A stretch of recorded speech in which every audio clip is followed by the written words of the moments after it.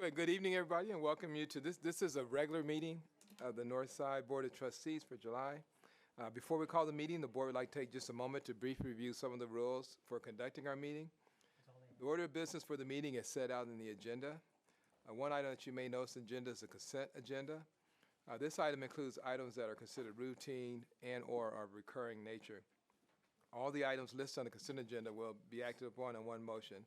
Now, if there is a consent agenda item which anyone would like to address, please sign up to speak to that item, and we'll pull it separately from the consent motion and discuss it. The purpose of our meeting is to conduct board business, and for that reason, it is held in public. It is not a public forum. However, we do provide the opportunity for audience participation. If there's anyone here that would like to address the board during an agenda item or the citizens to be heard portion of the agenda, we ask that you please register on the sign-up sheet that was located at the entrance to this room. This is so we don't overlook anyone who would like to speak to the board. Is there anybody else that wanted to sign up? Didn't get opportunity? Okay, good. We review the rules for addressing the board later in the meeting. The meeting will be officially called to order. Please stand and bow your hands as Trustee Lopez leads us in invocation and pledges of allegiance. Almighty and merciful God, we ask your guidance and blessings upon this board, students, parents, patrons, teachers, and administrators, as we are assembled here this evening in the common pursuit of this great nation's wealth, our children. Amen. Amen. Pledge allegiance to the flag of the United States of America and to the republic for which it stands, one nation, under God, indivisible, with liberty and justice for all. Honor the Texas flag. I pledge allegiance to thee, Texas, one state, under God, one and indivisible.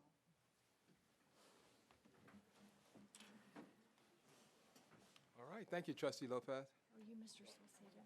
Good to see you. All right, so our very first item that we have no public hearing. So we'll have our superintendent's report as our very first item. Yes, sir. Mr. President, members of the board, it's hard to believe, but it's been right at a month since our last meeting on June 27th. So hope everyone had a good 4th of July holiday and is working vigorously to try to beat the heat, I realize. As we are. Just a few updates. Since we last met, I had the opportunity to visit Colonies Elementary School and their newcomers program. It was pretty awesome. Now, they were getting ready to celebrate a holiday, so they didn't have all their students, but they accommodated about 300 students through the newcomers program this summer. This is an area that we are actually working to expand. We're going to create another program at Thornton Elementary School just as a result of the need and, like I say, the student demand. Had the opportunity to do a kind of a one-on-one interview with Community Impact. So we talked about the visioning of the district and what to expect this upcoming school year. So you can expect to see that probably published. I believe they said the first or second week in August. So it should be coming here shortly. I did that on July 13th, actually. Today, I had the opportunity to visit the Shirley Schreiber Health Clinic attached or associated with Jones Middle School. And that was a really pretty neat opportunity to see that in action, actually. We had several families, Northside ISD families, in the clinic at the time, and so it was good to see, like I say, that clinic have as much success. They're seeing about, on average, 20 to 25 patients on a daily basis. Everything from flu vaccinations to well checks to physicals. They, like I say, are really a full-on service clinic, primary care physician clinic. Thought I'd spend a little bit of time, as promised, looking at staffing. So we're working, like I say, long and hard to try to ensure that we are as appropriately staffed as possible. We've made some pretty good headway with the general ed student vacancy number. I know we were well over 200 the last time I reported out. We're at 168 as of today. We still have 103 special education positions to fill, 62 at the elementary level and 41 at the secondary level. We've hired 690 new hires thus far, to kind of give you an idea. The Alt Cert program, we have 34 already. That is off and running, and like I say, we've got 34 individuals that are willing to go and pursue their Alt Cert, as well as dedicate 3 years of service to the district. And then we have 9 retire rehires. One of the things that we're working to advertise as we speak are the retire rehire program. This is primarily for core content areas as well as critical shortage areas in and around ESL and bilingual and, of course, special education positions. So, like I say, we're making some headway. We know that we've got, like I say, a couple weeks for a final push, 3 weeks probably for a final push before we get ready to start the school year on the 28th. We have 158 vacancies with instructional assistants. We're actually down to 46 with food services, so we're looking much better on that front. Unfortunately, we have 15 police officer vacancies, which I know I'll talk a little bit more about a little bit later on this evening, especially as it in conjunction with House Bill 3 and the new secure armed officers. We have 206 custodial vacancies. We have 154 total transportation vacancies, which is inclusive of 85 CDL bus drivers. So we're also working to be pretty strategic in trying to advertise. I think we're using the back of HEB coupons and some various other tactics. And then we have 107 vacancies, vacant positions with our maintenance department. So, like I say, all in all, we're making headway, but we also recognize that we've got about 3 weeks final push to try to fill as many of the vacancies as possible. On the legislative front, I think you're probably all aware I had the opportunity to testify before the House Select Committee on Educational Opportunity and Enrichment. I call it the EOE Committee, Select Committee. This is a House committee. We were one of, I believe, 9 panels. We actually testified, myself and 2 other superintendents, and then, of course, Michelle Smith with Raise Your Hand Texas on the 12th, so we were the second day. My messaging was in and around staffing, looking at vacancies, consideration or requesting consideration for the retire rehire TRS surcharge to be picked up by the state. Right now it's about a 16% surcharge, and so this is, like I say, much needed relief. We talked a little bit about charter school expansion and really the impact that it's having on really the diluting of the applicant pool as they're continuing to be approved and of course funded. And then, of course, the underfunding of public education and looking at 14.5% inflation since 2019 really emphasized and reiterated that we're about $1,100 short on the basic allotment just to keep up with inflation. Michelle Smith did a great job in articulating that we're actually $4,000 per student in funding off the national average. Pretty eye-opening.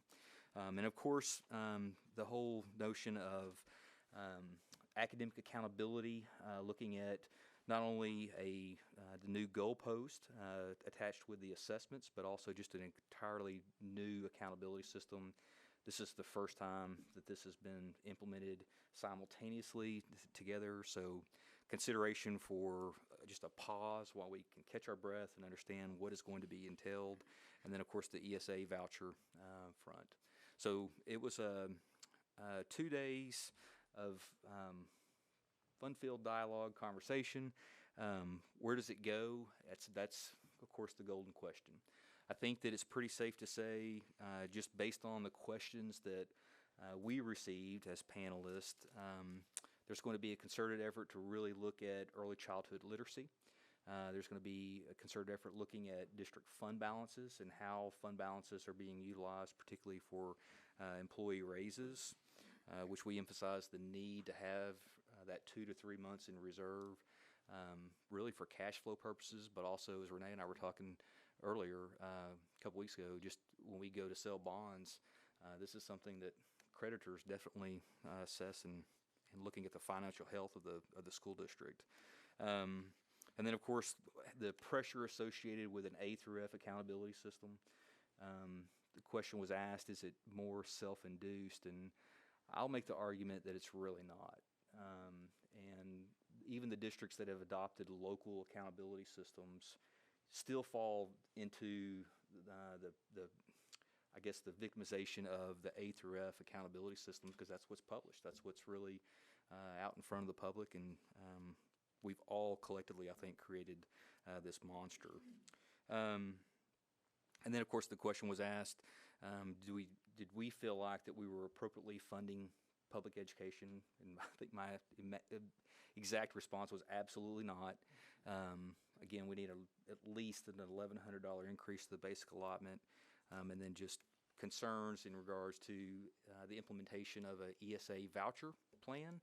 And my response to that question was a little bit different in the sense of I worry about the logistics involved, the accountability, and of course the timing in and around the teacher shortage, the vacancies that we're wrestling with.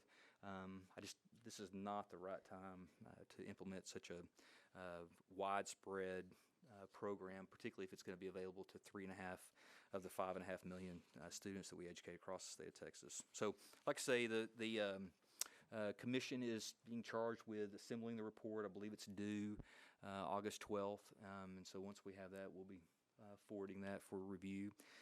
Crystal ball, I would venture to say that September is going to be probably tied up with our Attorney General's impeachment hearings in the Senate. And then come October, there will be another called special session where I think that probably accountability, school funding, obviously compensation, and then ESA vouchers will be taken up kind of all as a package product. So one of the things that we also encouraged this committee to consider is separating ESA vouchers with school funding. Those are really two separate topics and issues that need to be handled as such. So we'll see. I think that they're probably going to be leveraged and tied together at the same time. So more to come. Like I say, unfortunately, I don't think that we're going to see any additional funding, nor much on the public education front as far as support until October. So we'll be well into the fall semester if and when any decisions are made from a legislative standpoint. Couple of upcoming events. If you'll just mark your calendar, the 4th, August 4th, we will be walking through Reed Elementary School. So Leroy has assured me that it will be ready to roll. So we'll be starting that walkthrough at 8:30 if you're able to attend. And I keep saying August 28th is our first day of school. We're actually starting at 2 of our campuses with our enrichment academies. We're starting at Westwood Terrace and Cable on August 7th. So if you'd like to join us on August 7th, welcoming students back, they'll be opening the doors and starting the school year. Both those campuses begin at 7:45, 7:30. I think if you're there by 7:30, 7:20, you'll see all the kids come in. Yep. So pretty exciting. And then a few other events that we're obviously preparing for. Not to confuse matters, but tomorrow, if you'd like to join us at the Activity Center, Northside Activity Center, we'll be, we have Stuff the Bus, but we also have our Support Leaders Institute. This would be all of the support departments. We'll have about 200 in attendance or so. And so that's the Stuff the Bus, I believe, is Thursday, right? Stuff the Bus is Thursday? It's tomorrow. Twitter says tomorrow. now you're getting me confused. I'll have to check the calendar. 7 to 12 tomorrow. At NAC. And then there's several others on August 12th. Okay, 7 to 12 tomorrow at the NAC, as well as support leadership at the NAC. So it could be a one-stop shop. Then Thursday we have our Student Athlete Servant Leader Summit at the sports gym, followed by Friday the coaches in the morning. And then we're going to have actually principals operation meeting that afternoon, or I guess mid-morning, and then we're going to have the parents actually backing up on the 27th for the parent servant leadership. And I was visiting with Stan this morning actually, and we've already got 400 parents signed up for the parent summit, so pretty awesome turnout. Of course, Leadership Institute will kick off on the 1st, and then really the big part will be, I guess, day 2, which will be August 2nd. And then looking forward, we have all kinds of different events, but we'll have the New Teacher Academy on Monday the 14th, and that will be at Brandeis High School, both at 8:30 and 11:30. We'll have an annual block walk at Sewell Ross on Monday the 21st from 8 to 10. And then, of course, convocations will begin on the 22nd, and we'll go the 23rd and the 24th. That's it, I believe, right? 3 days. So 22nd, 23rd, and 24th. And then, like I say, we'll be prepared to kick off the school year, which is right around the corner. It's hard to believe. So pending any questions, if there's any clarification on dates, upcoming dates, because I know, like I say, the calendars are starting to get really busy, we'll try to answer any questions you may have. And other than that, we have a Rising Star Spotlight, I believe. This is the Holmes Theater Camp. I think some of you had the opportunity to attend their production. Pretty awesome students, and this was the production of Lion King, actually. And then, like I say, I'll try to answer any questions, Mr. President. In space, it takes millions of years for stars to form. You say step lively, step lively. But over at Holmes High School, it takes just a few weeks. You go back, right? Nah, Senya. Okay, so we're talking about a different kind of star. All right, stand up. But there's something pretty stellar about NISD's Rising Stars Theater Camp. Son! Oh, is that you? No, that's you. Son! Starting with how fast these kids from Title I schools work to put on a full-blown stage performance. This is a lot harder than it looks. We get started immediately. We have auditions the very first day. Only Maldo, please. Only Maldo. In less than 3 weeks, these kids will be ready to perform in front of a live audience. It's a lot of work. It's a lot of work in a very short period of time. Camp coordinator Cody Oaf and his team have been putting on this camp for more than a decade now.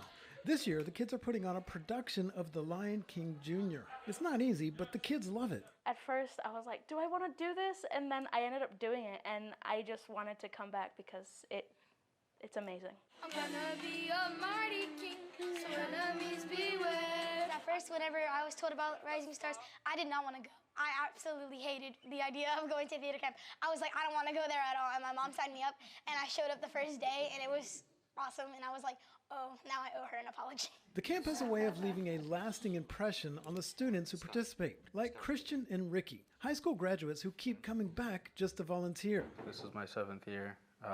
Just keep coming back.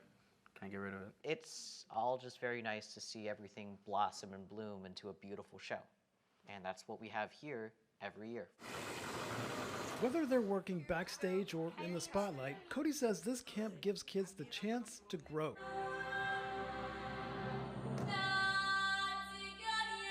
Giving them an opportunity to feel comfortable with themselves, to allow them the opportunity to express themselves. All this drama and excitement packed into 3 short weeks. Even after all this time, it's something Cody and his team still get excited about. It's just exciting for the directors, it's exciting for the students to see that all of these people come together, make it all work somehow, and put on a performance.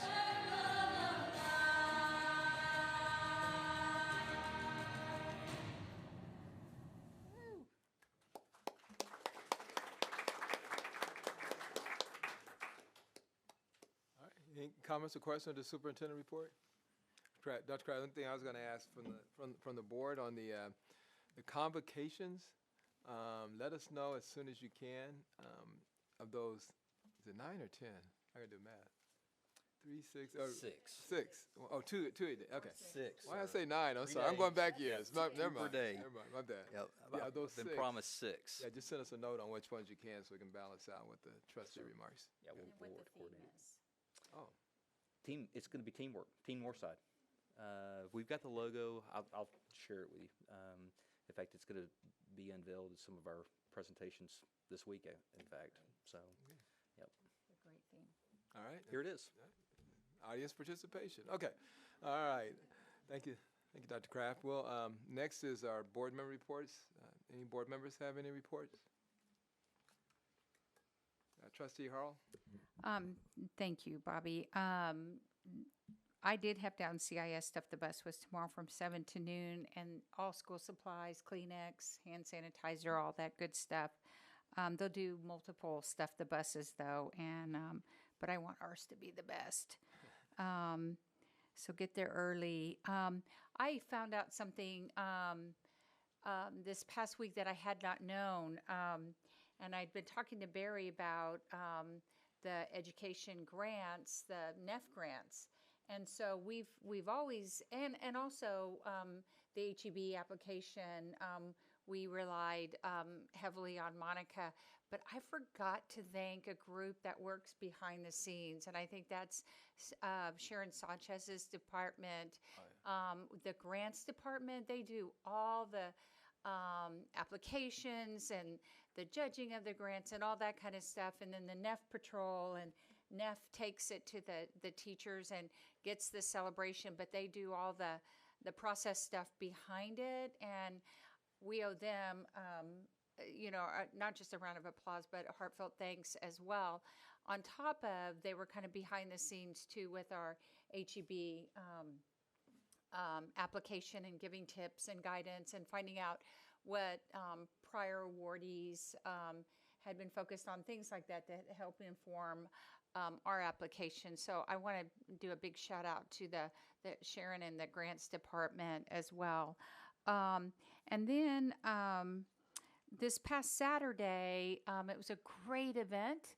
And so I'm hoping maybe we can think about a Northside version of this, but it was the San Antonio Leaders and Teachers Teacher Fest. And 500 plus teachers came to the Whitty, and it was like being at NIOSA. You were going from booth to booth, and instead of beer and Maria's Tortillas or something, it was a freebie to outdoor classrooms or to the zoo or whatever. All kinds of things, and there was so much excitement in the air. There were a lot of Northside teachers there. Grace, you were there, right? Yes. And we got a great big bag, and it was like going trick-or-treating. But the joy in the air, the laughter, and the celebration, it was like teachers were really glad to be there. And so if 500 could come from all of San Antonio, I think we could have at least 500. And I'm looking at Ben in Northside maybe, and fill up the gym and have those same kind of vendors come out. And a lot of it were things that would help teachers in the classroom. Professional development, supplemental educational programs. Then there were fun. There was some food and some other things there. I think there were little charcuterie things, and there was a bar in the back. But anyway, it was just good to hear teachers laugh and feel very, very validated. And again, if you're teachers out there, if you want a great organization, it's San Antonio Leaders and Teachers, and all they do is host events that are magical for teachers and then educational leaders. And really, they just get together to do everything from vision boards to sharing best lesson plans to book studies. Very, very light-hearted, fun-loving, bucket-filling group is what I call it. And then, let's see. Oh, and then, Janice, I was going to thank you all very much for all the summer school programs and all the summer programs. I've heard nothing but great things from parents about all the enrichment programs, but certainly the regular summer school programs were engaging and exciting and had good attendance. I think our enrollment was maybe a little down, but I think it's down everywhere. It was down with the school districts I work with.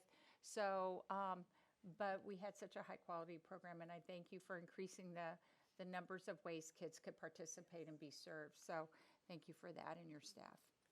And that's it. Okay, thank you, Trustee Earl. Trustee Lopez? Thank you, Bobby. I just have one thing, and I just kind of wanted to bring some recognition to, and then make an announcement. So this past, for the past couple of months, I've been working real hard with Irene Zinmeister from Saul Ross. We are putting together our second annual Grandparents Raising Grandchildren backpack event. And the focus of this event is to bring to light the families that are in our campuses in a particular feeder pattern. And we are using the Holmes High School feeder pattern and some of the the campuses, the middle schools and then the elementary schools there. So this year we're anticipating on I want to say it's not sure yet, but about 300 backpacks that we're going to be giving out. From last year was 50, so we've grown to another 250 students. But the purpose of this backpack event is to identify grandparents that are raising grandchildren and then be able to say, hey, let's provide services to them through our family engagement and the community liaisons that are in those campuses. It's been a success. We started this before the staff went out, and so we're now kind of coming in to where we're narrowing down the numbers and what we're missing and what we're going to need to get.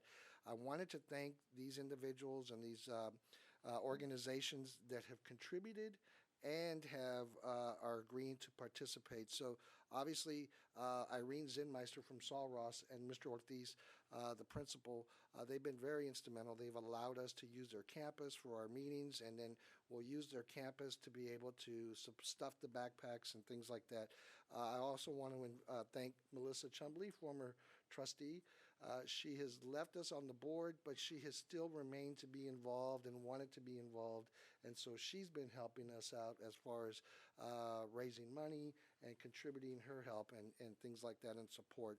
I want to thank Dr. Ridgely for her support and her support with the MOU that the district has for Texas grandparents raising grandchildren. That's going to be key because once we identify that, then those services, the organization can come in and provide services to those families. I want to thank Michelle Montemayor as well as the PTA president. They've agreed to help and come out and be a part of this event. I also want to thank AFT and the San Antonio Firefighters Union. They've donated some dollars to the event. So in the event that we're short, we're able to go and buy some supplies. I also want to thank our partners, CPS and SAWS. They have agreed to be out there for a resource in the event that some parents are coming up or some grandparents are coming up on some financial hardships. They can get their bill not reduced, but extended in the event because it's been hard. Everybody's bill has gone up, and so they've agreed to say, hey, yeah, we'll work with the grandparents, in extending their bills, so that way they can afford to make those purchases of backpacks and school supplies and things like that to help benefit our kids and to get them off on the right foot, right, in the end of the year. So I wanted to thank those organizations. I wanted to let you know that the date is August the 12th. From 8 to 12 at Northside Activity Center. You're welcome to come by, be a part of it, see what's going on, see the happy faces, I hope, when they get their new backpack. But it's been a worthwhile venture this year. Like I said, we've grown from 50 to now 300. It is our goal to extend this in next year and hit another feeder pattern. So again, thank those departments, those individuals that have helped us, and you're welcome to come out on the 12th. Good. Thank you. Thank you, Trustee Lopez.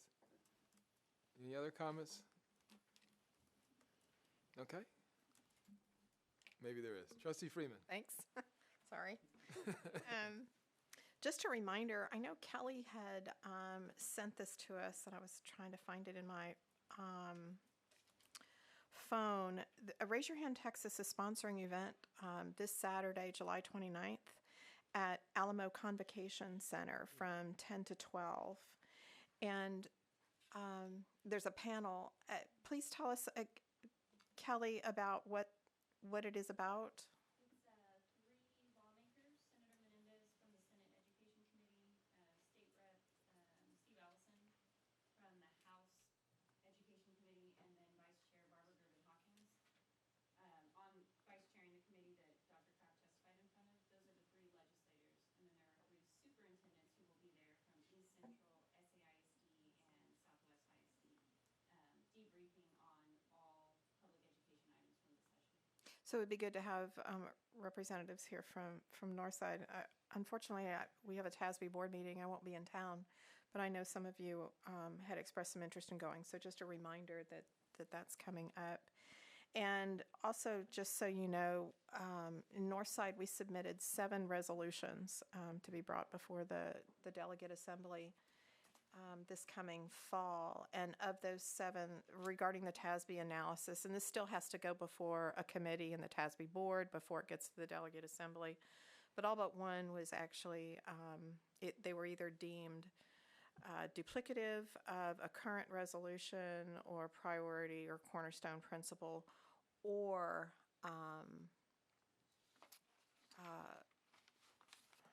let's see, there was another piece, either duplicative, they were accepted as a new resolution, and there was one that was that they didn't accept. So I'm going to get with Kelly and Dr. Kraft and see if there's something that we could do, but I'll be able to speak to that. And that's all I have. Thanks. All right, thank you, Trustee Freeman. Can I ask Karen a question real quick? Do you mind? So did you hear the one today that the Tribune did? Yes. So my question was, and Kelly, you can help me out. Wanda, you can help me out too.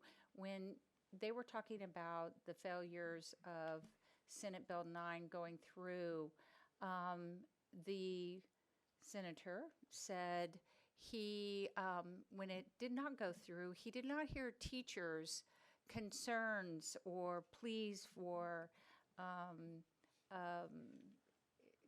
well, not just pleas, but complaints or whatever. And he was called on it by the teacher who was on the panel, and he said, when I met teacher organizations, well, I seem to remember there was plenty of outcry when it was dropped. And so I'm not sure, but all I'm saying, what I'm leading up to is this next round, we need to get louder and more vocal and more, I can't say more organized, because I think everything has been so well organized through Raise Your Hand Texas or through the different school districts or through AFT. All our organizations are on the same page with what we want for classrooms and teachers.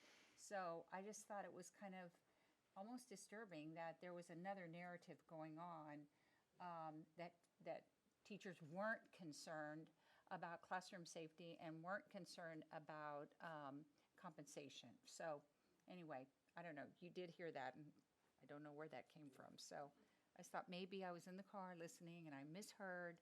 And then I didn't like schools being referred to as sticks and stones.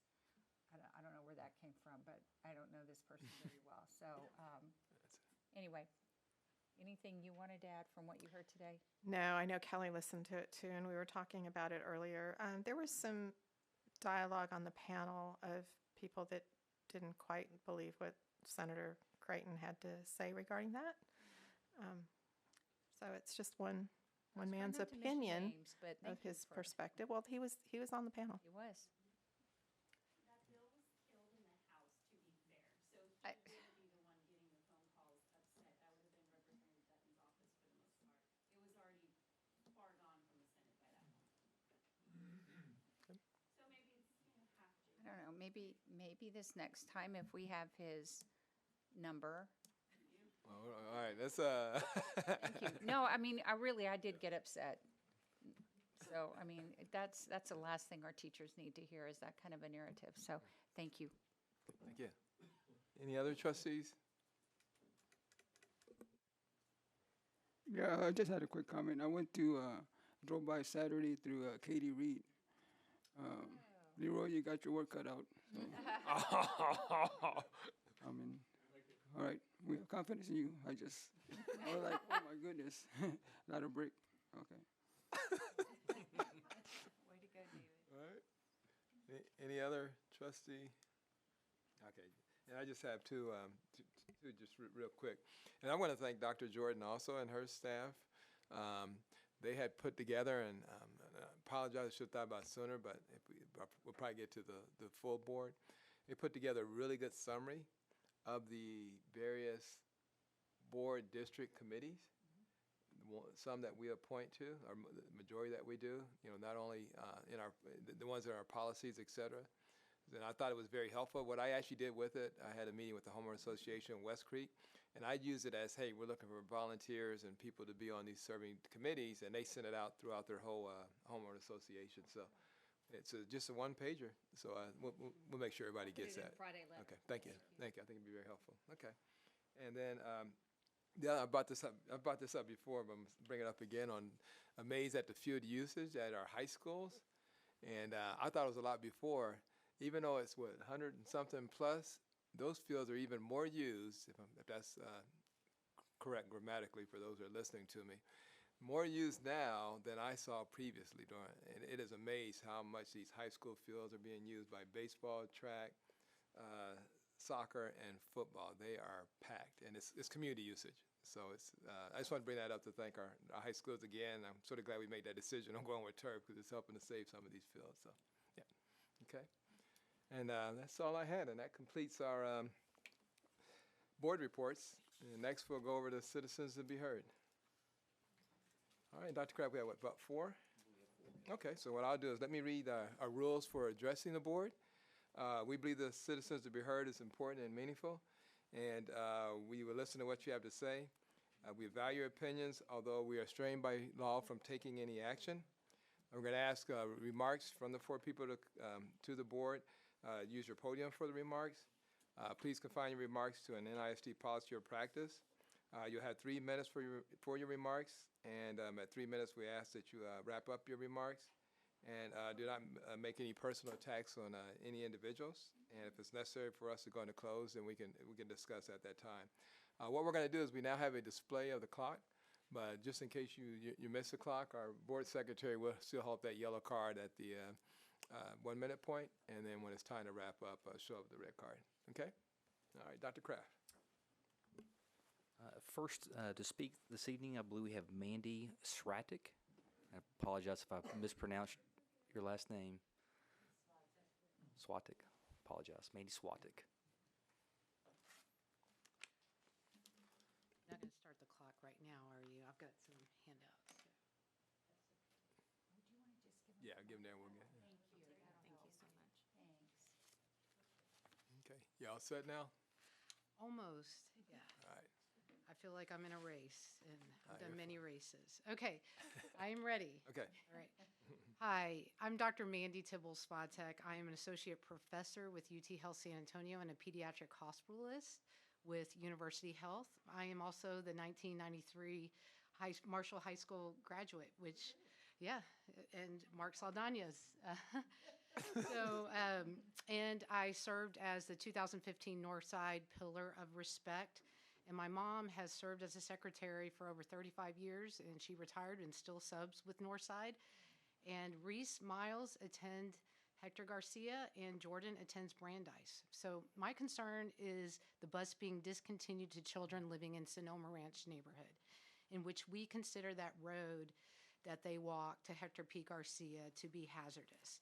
So you're going to have in your packet, if y'all got your packets, 3 pictures that will depict, and I implore y'all to consider my right under the TEA agency section 3.1, page 10, that your school district may report transportation to the school for a student who lives in a hazardous traffic area as designated by your school board that is within 2 miles of the student's campus of regular attendance. So the first sheet shows Kyle Seal Road, and there is a significant, as you approach the light, downslope of Kyle Seal Road, and then there is the second picture, an upslope of Kyle Seal, where you cannot see that light. Not until you're at the top of that hill, and then you have 5 seconds to approximately stop at cars going 45 plus miles per hour, which most cars are not going 45, they're going faster than that. We have a second area in Ruidoso Downs where children walk, where it's extremely congested during the school year, in which cars are using our gated area on that second picture to turn around. There's multiple cars, there's cars coming out of the neighborhood, and there's children that are crossing while these cars are trying to take a right. So this is extremely dangerous.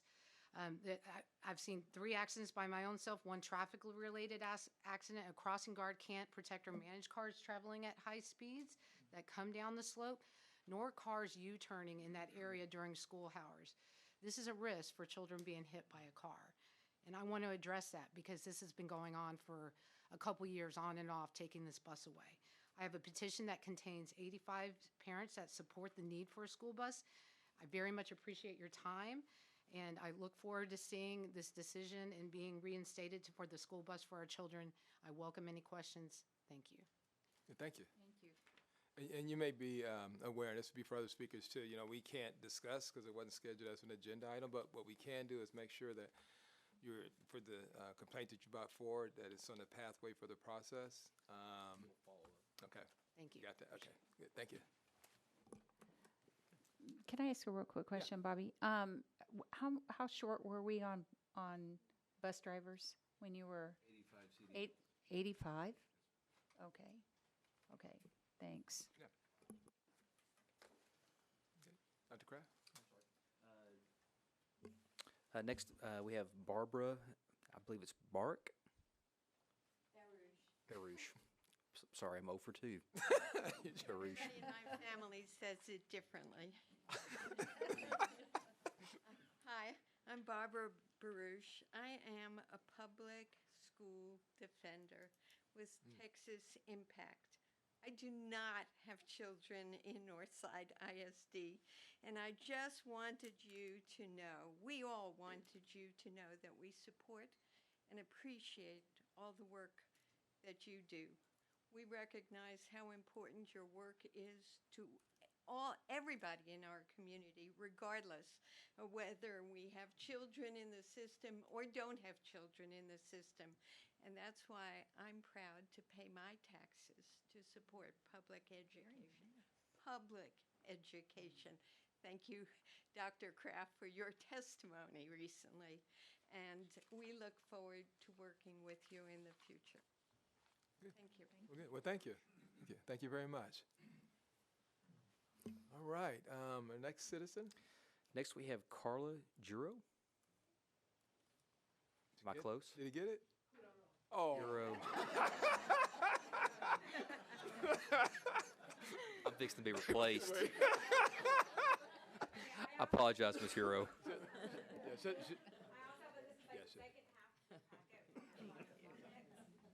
wasn't one of our interview questions.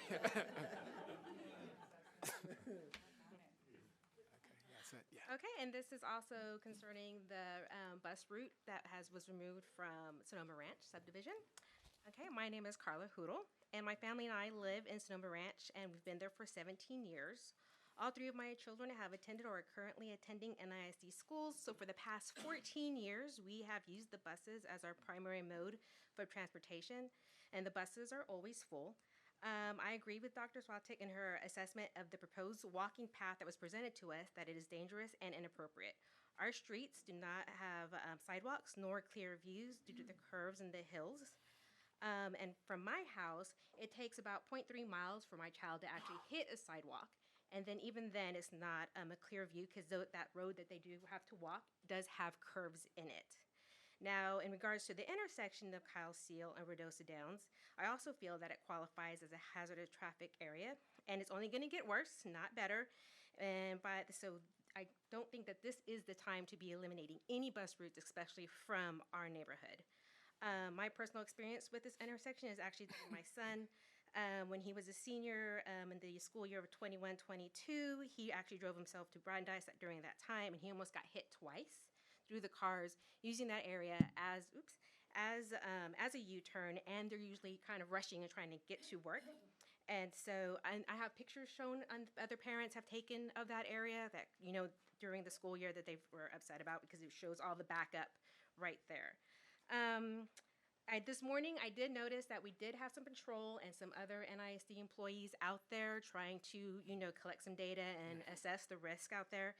And while I do appreciate that they actually came out, it's the summer, so they're not going to actually get a true representation of how it actually is with all the parents, the students, teenagers trying to get to Brandeis.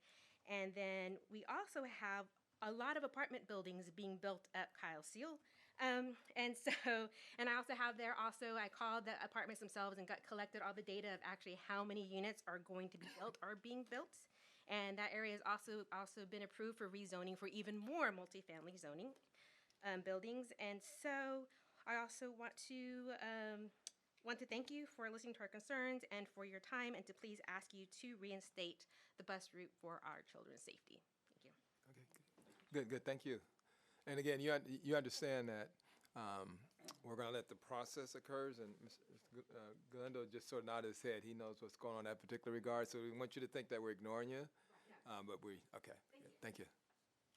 And like I say, we'll be following up as well. Yep, ready, Dr. Kraft. All right, I think I'm ready. Do it. Nicholas Ingram. All right. You got it right. I'll be formally meeting with your administration, so my name was already given before I could get it taken off, so I'll be meeting with them after this. Oh, okay, thank you. Okay, thank you. Okay. And that's everyone, correct? Yes. Okay, good. Comment. All right, well, thanks everyone for providing that information and for attending also this evening. All right, so we'll go ahead and go to our consent agenda item is what's next. Are there any items need to be pulled, or do we have a motion before the board? I move that we accept the consent agenda items. Okay.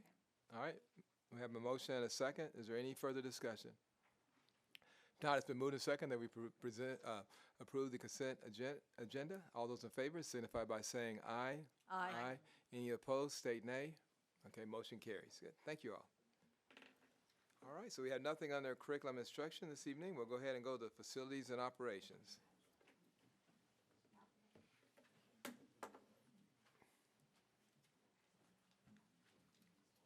So we'll start with schematic design for athletics and CTE upgrades. Thank you, Mr. Blunt. You may remember that in the 2018 bond program, we developed a master plan for NEF. The 18 bond program did provide for the expanded cafeteria, but we also took the opportunity to raise the existing administration building and build them a new building in a new spaces for administration. But also, we did a new front for NEF. If you go by there, you can see the evidence of that. Mr. Jesse Garza, architect, was the architect for these improvements. He is here to continue the rebuilding effort of NEF to include replacement of the athletic and CTA programs consistent with the original master plan. So I'll turn it over to Mr. Garza. Thank you. We're excited to present on this project. We've been on the campus for since 2008, and as Leroy didn't mention now, but I'm sure he will at some point before I finish, that we're actually practicing, so we're hoping to get it right this time. Okay. So as a reference, the project, as it's described in the 2022 bond, calls for demolition of buildings F and G, which are their career technology buildings, on the northern end of the property facing 410. The competition gym, which is attached to the cafeteria building C, and then building J, which is the auxiliary gym. Those are in the bond as buildings to be demolished. And then reconstruction, essentially of the same as called for in the bond. So the program calls for athletics and PE as a big component of the addition or building replacement, which will have 2 gymnasiums, lockers as well. And then adjacent to that, because we're trying to develop, from a security standpoint, a contiguous plan and move away from the open campus plan. So the career technology that we're displacing is going to be part of this larger structure. Within the current career technology, there is a fine arts component, which is the dance, and we'll be reconstructing that as part of the addition. So design objectives, as I mentioned, we've got athletics, PE, the CT, and the associated fine arts. So really the key here as we're looking at adjacencies is to making sure that functionally we're tied to the tennis courts, the play fields, parking, and public access, as well as parents after hours. The outside courts are important. They're adjacent to the athletics as well. And then both the athletics and PE, or CTE rather, require service access to those areas. If you look down here, security is a big component of this project, as any others, as they've been designed here recently.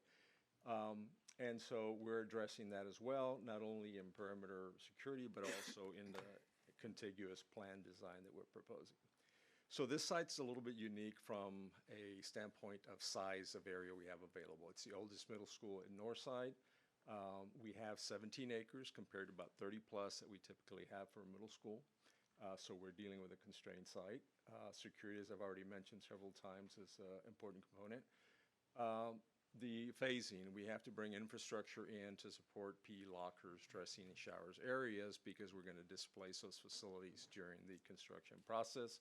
So we have a plan of action ready to address those issues. The field will stay in its current location. We're talking about the football field. Tennis courts will have to be relocated because of the size of the project that we're implementing. And I will say, and you'll see it later, is this has 3 tennis courts versus 4 that you typically see in a middle school, and that's been vetted out through athletics. The other part of it is, again, it's an older campus, so we're capped out on electrical service, so we're bringing in a new electrical service as well. So those are the considerations that we propose in the design. For reference, this is Everest Road. This parking lot was redone in 2018, and as Leroy mentioned, 2018 bond. We redid the administration, the interior of the cafeteria, some canopies. What this did is it provided us a contiguous plan. So you can get from this secure lobby on the interior to any of these buildings here, and that's what we're proposing to do with the new design. So the 4 buildings that you see in these areas are the buildings that are slated to be demolished, which are the comp gym, auxiliary gym, and the 2 CTEs. So overall, this is about the area that we'll touch with construction. We will be looking at possibly increasing that parking as an alternate and as the cost allows. Hey, can I was trying to remember when you were talking, if you go back just one, remind, what is to the left of the field there? I can't remember if that's a housing Right here? area or no, further over. I'm just trying to say if there's any possibility in the future we may can get more land. Up here? Oh, that's multifamily. Is it multi-family? Okay. Yeah. Thanks, I couldn't remember. Thank you. Yes, sir. Thank you. Okay, so in the new plan proposed, it looks like it's trying to digitize. There you go. So the building addition essentially is in this aqua color here, okay? If you look in the dashed lines here, that is the gymnasium, the building J, and the 2 career technology buildings that are being replaced. What this does, it provides an internal connection from C, so you don't have to go to the outside to access any part of the reconstruction efforts that we're doing here.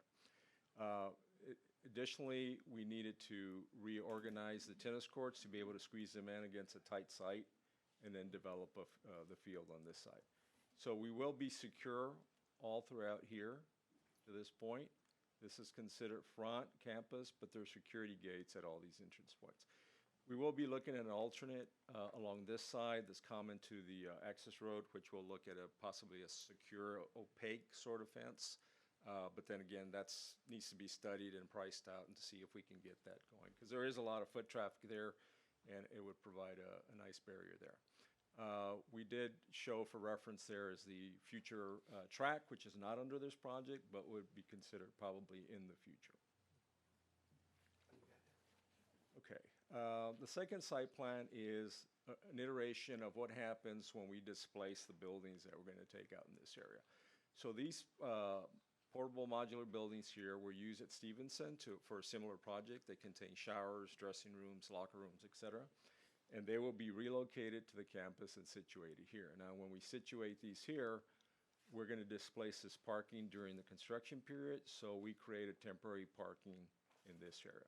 We've done a very similar, actually the exact same thing on the 2018 bond when we did the admin area. So that'll help supplement the parking we're displacing. And then, as I mentioned earlier, one of the things we're looking at as an alternate is the expansion of this parking lot. So this is larger. It goes from about 51 to 73 spaces, allows for more after hours and during hours for faculty and staff to be able to park in that facility, but it does get you closer to the entrance of the gym. So that is the parking layout that we're proposing. The addition, as it connects to the cafeteria, is right at this point, so you do have access to come into this vestibule completely indoors or covered walkway on the exterior to access those points.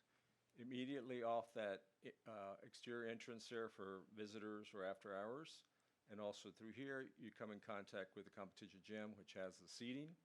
And then adjacent to that is the auxiliary gym that's in this location. Opposite that corridor is the girls' dressing, PE, and athletics, weight room in the center, and boys on the opposite end. This is a blow-up of that plan. Very symmetrical in a sense. As you come in through the vestibules, you have dressing for PE, athletics in this fenced-off area here, and then you have showers and toilet rooms. The boys is very similar on the opposite side, same configuration, and then it's you have all the support functions, including team storages, general storages. What we do have here is a vestibule that is accessible to the public to provide access to toilet rooms. But it also gets locked, so they can't get into the rest of the facility after hours. But they do have access to that facility for restroom use. So moving on to the CTE, which is this area here. To the left, we have the dance, which we're displacing and we're going to reconstruct. Adjacent to that, you have the engineering lab and then the construction lab. The construction lab does require exterior service access for overhead doors for materials. So on the site plan, you saw a drive that came about here, which also acts as a fire lane, which will service those facilities there. And then from a contextual standpoint, you can see it's a large project. We're excited about it because I think it really brings this campus together. It does provide that contiguous plan without having to go to the exterior. So it is considerably impactful on the project. That's a little bit closer view there with the tennis court relationship to the lockers, which is the lower volume here. And then there's the main entry there. This is a view looking from what would be the west side, I'm sorry. So this is 410. You can see the relationship to the rest of the school there. And then this is looking from 410 on the east side heading west. So the CT here, the service drive that access the CTE, and then there's a connecting canopy for exterior, and that's interior connection there as well. And that's a rendering of the building from a scale standpoint. It's not presenting or intended to present colors. We're leaving it gray purposely, so when we come back to that point in the presentation, we'll get into the whole color selections.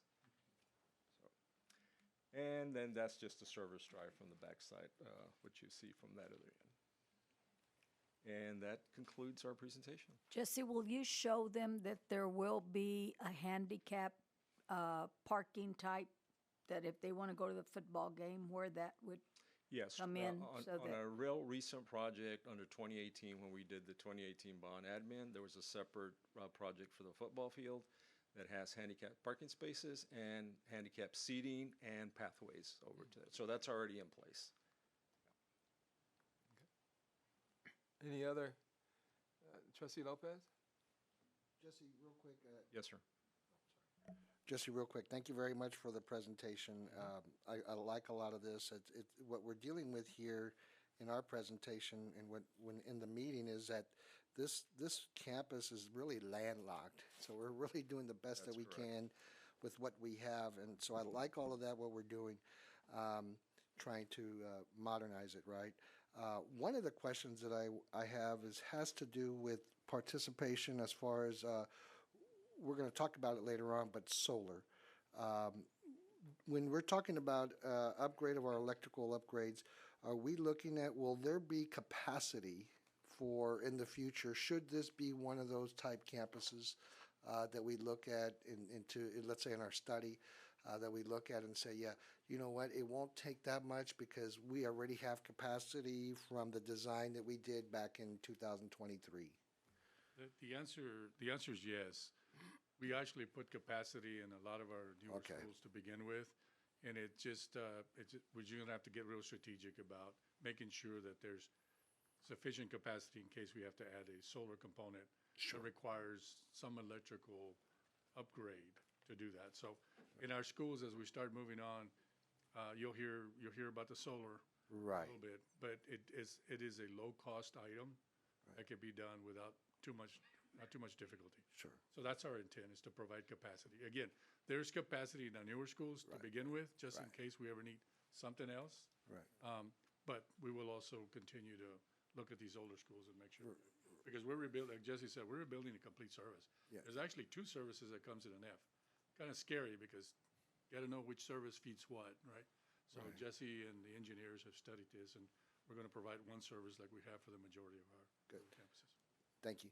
Jesse, thank you very much for your work on this, and Leroy, thank you very much for what you guys have been doing, so thank you. Okay, thank you. Trustee Saldana? Leroy, would you explain to whoever is here listening that the attempts you've had with the city, because we're very much aware of Evers Road and how dangerous that is, and that you all have tried, but the city doesn't want to cooperate? Well, as, some of you, if you go down Evers past 410, you'll notice that right in front of Neff, there's a big ditch. It's an old drainage system that's been there for as long as anybody can remember, and is very constrained from the property from the city right away, i.e. the street section, all the way to our property. And so we have been talking to the city about the possibilities of collaborating and seeing if there's something that could be done there. Obviously, that is city right away, and from time to time, we do enter into agreements with them that we will pay for some of that while they wait for bonds or other types of capital improvement mechanisms to be able to improve that. Because right now, the sidewalk that's there is maybe 3 feet wide. And then there's a ditch. And it has some telephone utility poles in the middle Yeah. of the sidewalk. So until there's a large capital improvement that widens that whole area in there, I'm not sure we're going to be very successful. But we'll make every attempt during our review sessions with the city, because they'll have to approve these plans, to bring that up again as we have in previous, because I know Jesse has dealt with that in the city when we did the last renovations. Yeah, I want to thank you for that, because I know that when I've passed it, I feel like it's such a danger, but I'm so glad that Northside has tried, and, it's just not getting there. We may have to get our city council reps involved, because it's such a beautiful work that you all are doing on the campus, and then we have that ditch right there. That's creating an issue, but thank you so much for your efforts. Thank you, Jesse. Trustee Lopez? Leroy, you mentioned the city. We're talking about the city of Leon Valley or city of San This Antonio? is the city of San Okay, San Antonio. Antonio. Okay, I wasn't sure. Correct. Have we looked at any, as far as TxDOT, what they're doing in the future? Are there any expansions or modernizations of those areas and that? That would seem to be like an area that we could look at and maybe piggyback off of if they're doing any upgrades in that area. I believe the 410 and the access roads are part of a TxDOT. Right, that's what I But was the other asking. streets are. But that wouldn't be part of that either? That couldn't Evers continuous is or part of anything? the city wouldn't- right okay. away. Okay, I thought it City was of on San that side. Antonio. Okay, Yeah. I'm sorry, I'm looking at the wrong spot then. I'm sorry. Thank you. Any other comments, questions from the board? I know it went to the building committee, if I'm correct, went through this last week. Any comments from the building committee chair? Oh, no. Any further comments? I was the chair, and I was glad to hear what Jesse was trying to do and what Leroy has tried to do. And we had a very good, long discussion about Pat Neff and we're very much aware that its location with the access road so close, but they're looking to see if there's anything we can do to improve that along the access road. And then Evers, that's the city of San Antonio, so we can't do a whole lot on that. But we had a very good discussion, and we learned a lot from these 2 gentlemen at the meeting. Thank you all. Thank you. And this is a scheduled as approval for the schematic design.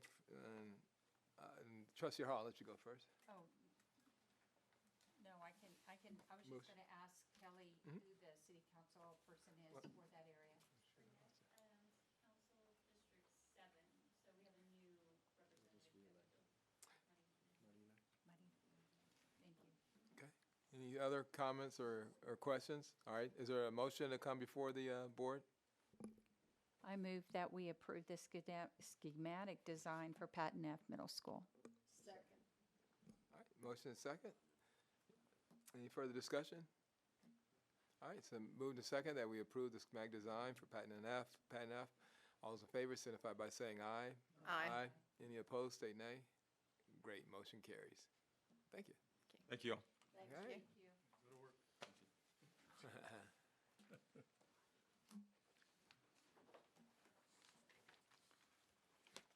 The next item we have for you is a presentation for informational purposes. Some of you remember that when we were out talking a little bit about the 2022 bond program, there were a multitude of different questions that were asked.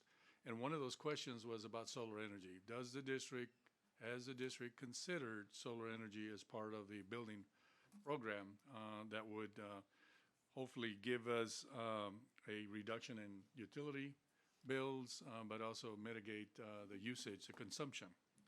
So as a result of that, we did ask an engineer to help us and assist us in putting that information together so we could present to you and try to assess whether it's a lucrative venture for us to engage a solar type of installation in our buildings. And so Mr. Brian Ehrlich from DBR Engineering, who has done a lot of engineering for us and has done these types of studies before for other school districts, is here today to present information on solar energy. And if I may add, as part of your introduction, we got to remember some elementary and middle schools also have recommended that we look into this, so we want to give them full credit for the record.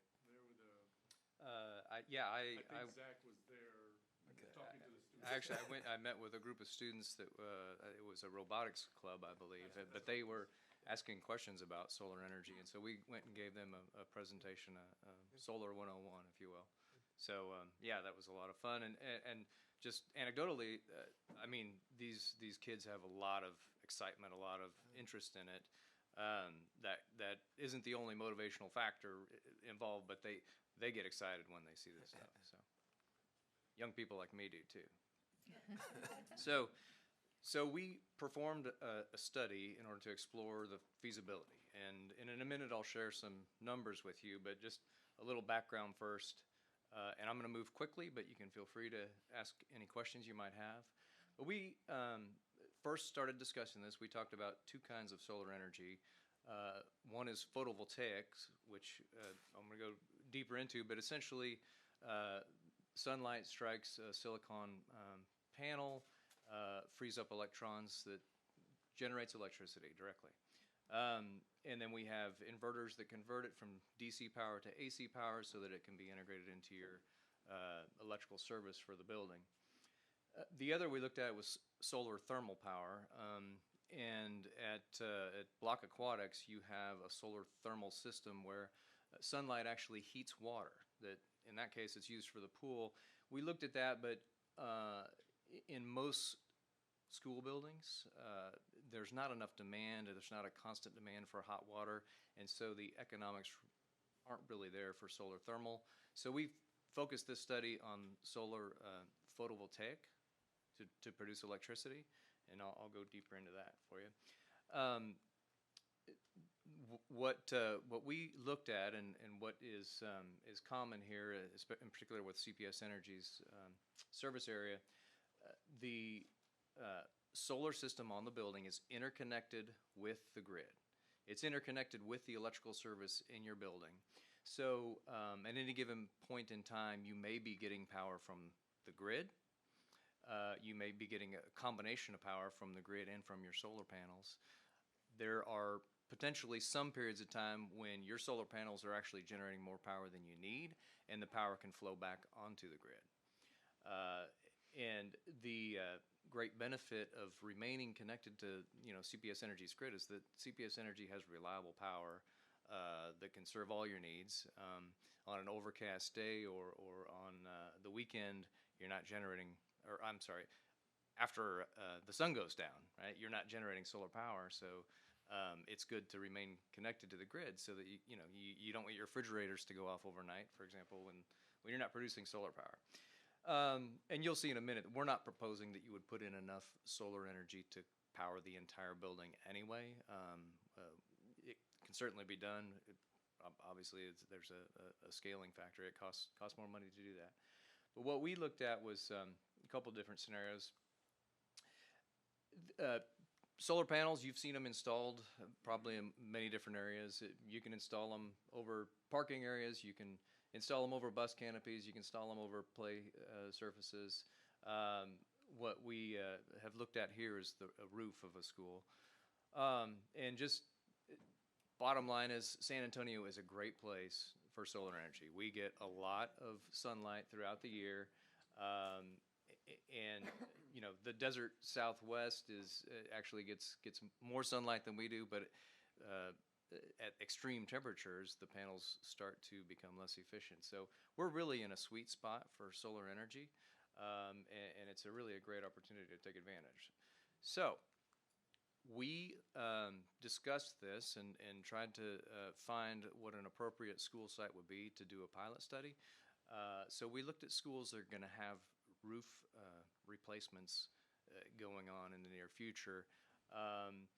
We wanted to go in on a new roof under a new warranty because these solar panels are warranted for 25 years. We don't want to put it in on a roof that only has 5 years of life left in it, right? So we picked Rita Cage Riggers. There is a roof replacement scheduled here. So if you were to go in and install solar panels in the near future on this school, they'd be going on a brand new roof, and you'd be able to work with the roofing contractor that holds the warranty on the school. And we looked at different areas on this site, and we decided to study the roof. This school has a lot of roof area, plenty of roof area, and it's fairly clean. And so that's what we've studied in this case. It's a relatively inexpensive installation to put it on a flat roof. So we collected utility bills for the school. We met with CPS Energy as well. I'll get into that in a minute. But we looked at 12 months worth of utility data. The annual electrical cost of this well, electricity, not counting natural gas, but the electricity cost for this campus over 12 months was $162,000. That represents about 1.3 million kilowatt hours. So we picked some targets. We picked a solar system that would produce 10% of that annual power, one that would do 20% of that power, and one that would do 30% of that power, for the sake of running calculations, seeing what the system, how big it would be and what it would cost, and so on. So you remember that $162,000 a year on electricity. So this is the bulk of what I want to share with you. On the left, that column is a system that would offset 10% of the annual electricity use of the school. In the middle, it's a system that would offset 20%, and on the right-hand side, a system that would offset 30%. There we go. This line here, this is the cost to install the system. So in the case, I'm going to focus on, just for the sake of talking about numbers, I'm going to focus on this system that would offset 30% of the power. It's 275 kW system. The installed cost is about $688,500. We used published publicly available data for costs. We also got cost estimates from 2 different vendors on the system, and we took the highest number of those, and then we added a little safety factor to it to account for the additional work you have to do on the roof repairs and that sort of thing. So we feel like this is a good number, $688,000 for a 275 kilowatt array. The year one savings is about $57,800 based on your current electricity rate and the amount of power that this system can produce, okay?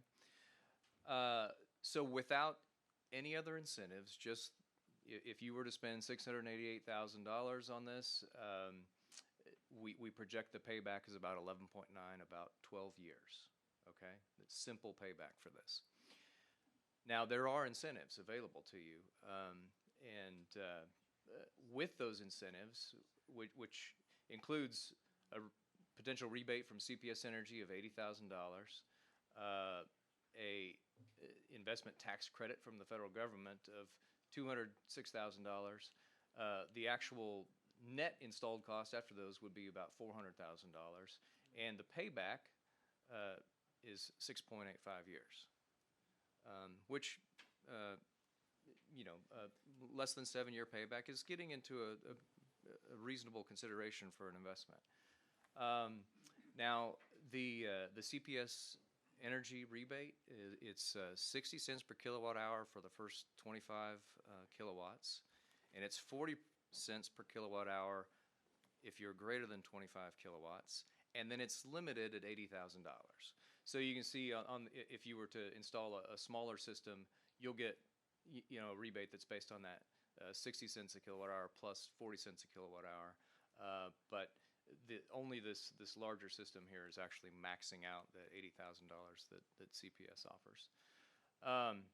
And then the investment tax credit, you may be thinking, what, this guy doesn't know that school districts don't pay taxes? Well, so the federal government has had tax credits available for solar installations for a number of years, and if you were a tax-exempt entity, you couldn't take advantage of that.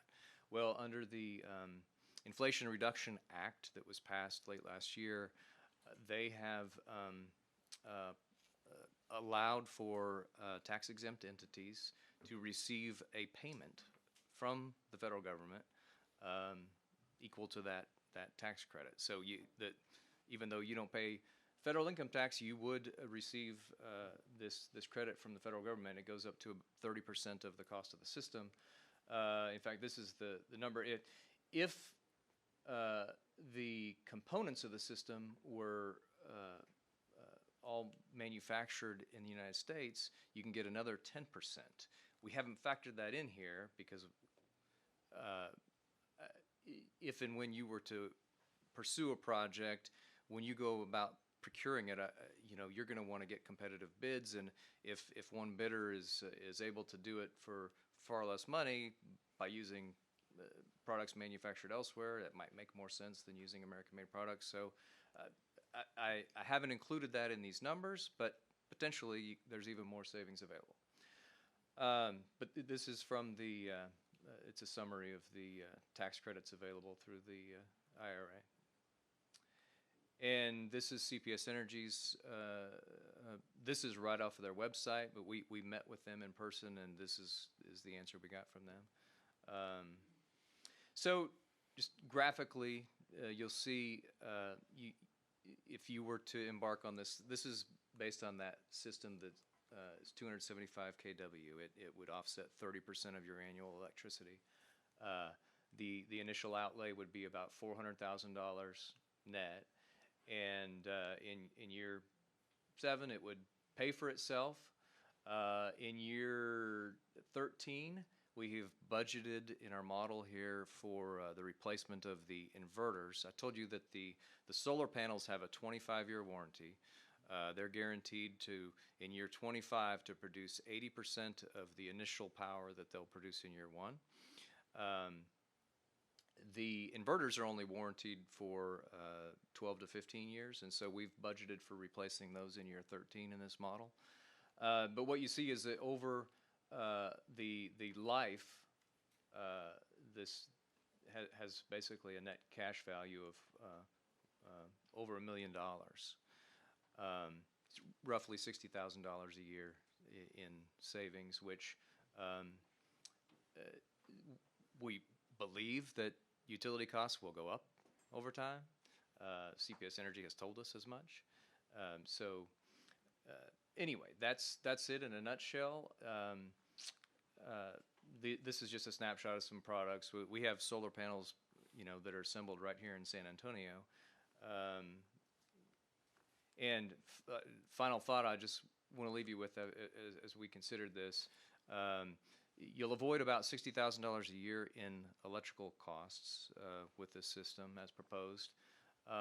You also have reduced exposure to the future rate increases by CPS Energy. By putting solar panels on the roof, you reduce the the UV light that hits the roof surface, degrading the roof. Therefore, your roof materials might last longer, and the shading will result in a reduced air conditioning load. Though we haven't modeled this to quantify those, but there are other benefits to having those solar panels up there. In addition to that, we talked about the kids in this robotics club that asked us to come and talk to them about solar energy in general. But it's a STEM teaching opportunity, and people get excited about it. And in your community, people will notice it. There may be different opinions about it, but it might demonstrate a commitment to the responsible use of taxpayer money and maybe a commitment to the environment. So with all that, I'll take any questions that you have. All right, and then we have Trustee Lopez.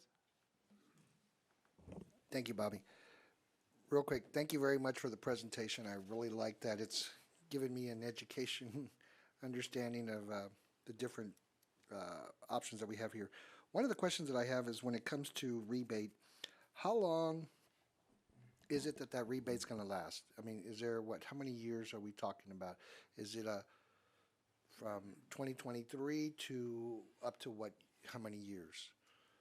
So I'll have two answers for that. CPS Energy has been offering rebates for solar for over 10 years now. Right. The amount of money that they appropriate and the formula for the rebate has changed over the years. Right. So I have absolutely no idea how long it will last. Sure. They haven't published anything. They're very non-committal about that. Though just historically, CPS Energy has recognized that there are benefits to promoting conservation. Over the years, Northside ISD has taken advantage of a lot of rebates for lighting retrofits and chiller replacements and that sort of thing. CPS Energy offers those rebates because they recognize that it's less expensive to invest in energy efficiency, or in this case, distributed generation, rather than going out and trying to get a permit and build a new power plant, right? Mm-hmm. So my gut feeling is that they will continue their rebate program for some time, but I have no data to back that up, no promises from CPS to back that up. With the federal tax credit, this is good for installations through the year 2033. Okay, so you have a 10-year period to implement projects. So as long as your project is procured by 2033, this is available. Now, unless the law changes. Sure. Or the money runs out, or but right now that is the law, is 2033. Good, thank you.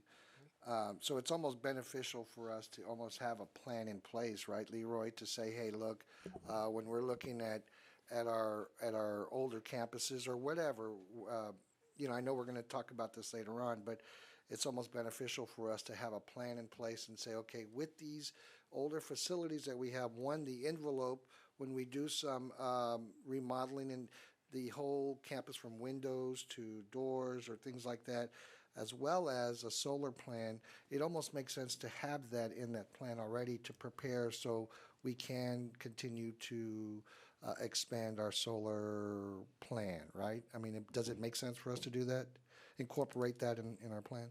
Absolutely. So one of the things we've learned, and one of the reasons that Brian helped us put this plan together, is every facility is different. Sure. Whether you have the Colonies North or you have the Strausses of the world, and so it has to be studied.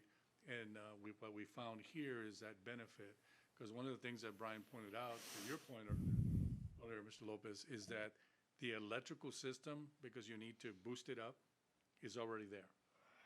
And so Colonies North may not have that. So this analysis may change because we may have to put in X amount of dollars to do that. So to your point, yes, we really need to start thinking about developing an overall plan. And obviously, what I would suggest is that we do a pilot. And if we want to do that at Driggers, we can do that because we have the data and test it. one of the things I've learned in my profession is it sounds good on paper, but then when you get there, things change. And so what we want to do is test it to ensure that as we move forward, that this particular initiative is of value to the district. We may find it pays for itself a lot sooner, or it may be a lot longer, and then the analysis for it. Right. So before we go too far, that's kind of what, and I know I jumped right ahead in terms of what next steps are going to be, but it's something that we would consider as a pilot, as a true pilot to test it at Driggers. Right. And then one more question.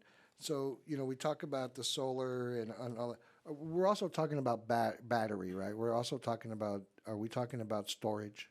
We're not talking about storage here. So would that be part of our plan to include a storage component in this solar plan? Because I guess where I'm looking at it is yes, we're conserving, but should we not include a storage component when we do this plan? Something like that. Before I talk about batteries, I will say that the size of system that we're studying here, it would be rare the occasions when you're actually producing more power than you're using. So you're going to be using that power on site most of the time, okay? There may be times over the weekend during mild weather when you actually produce more power than you need on campus and you send some back on the grid. Right. That would be your potential time where you could store it and then use it yourself later. Right. The way that CPS Energy figures your bill over a 30-day window, if you've sent power back to the grid, it's essentially coming off of your bill. Right. Now, because that's another component of getting a rebate, right? I mean, if you were to say not rebate, but that's another way of helping lessen. I mean, that's well, it's essentially money the way back to think us. about it is that every kilowatt hour of energy you produce, you're getting some benefit from it. Okay. Right. If you were to put in batteries, again, you're using this power. You're not. I don't think there's going to be a lot of times when you're charging up those batteries. Right. But batteries are very expensive. Sure. Okay.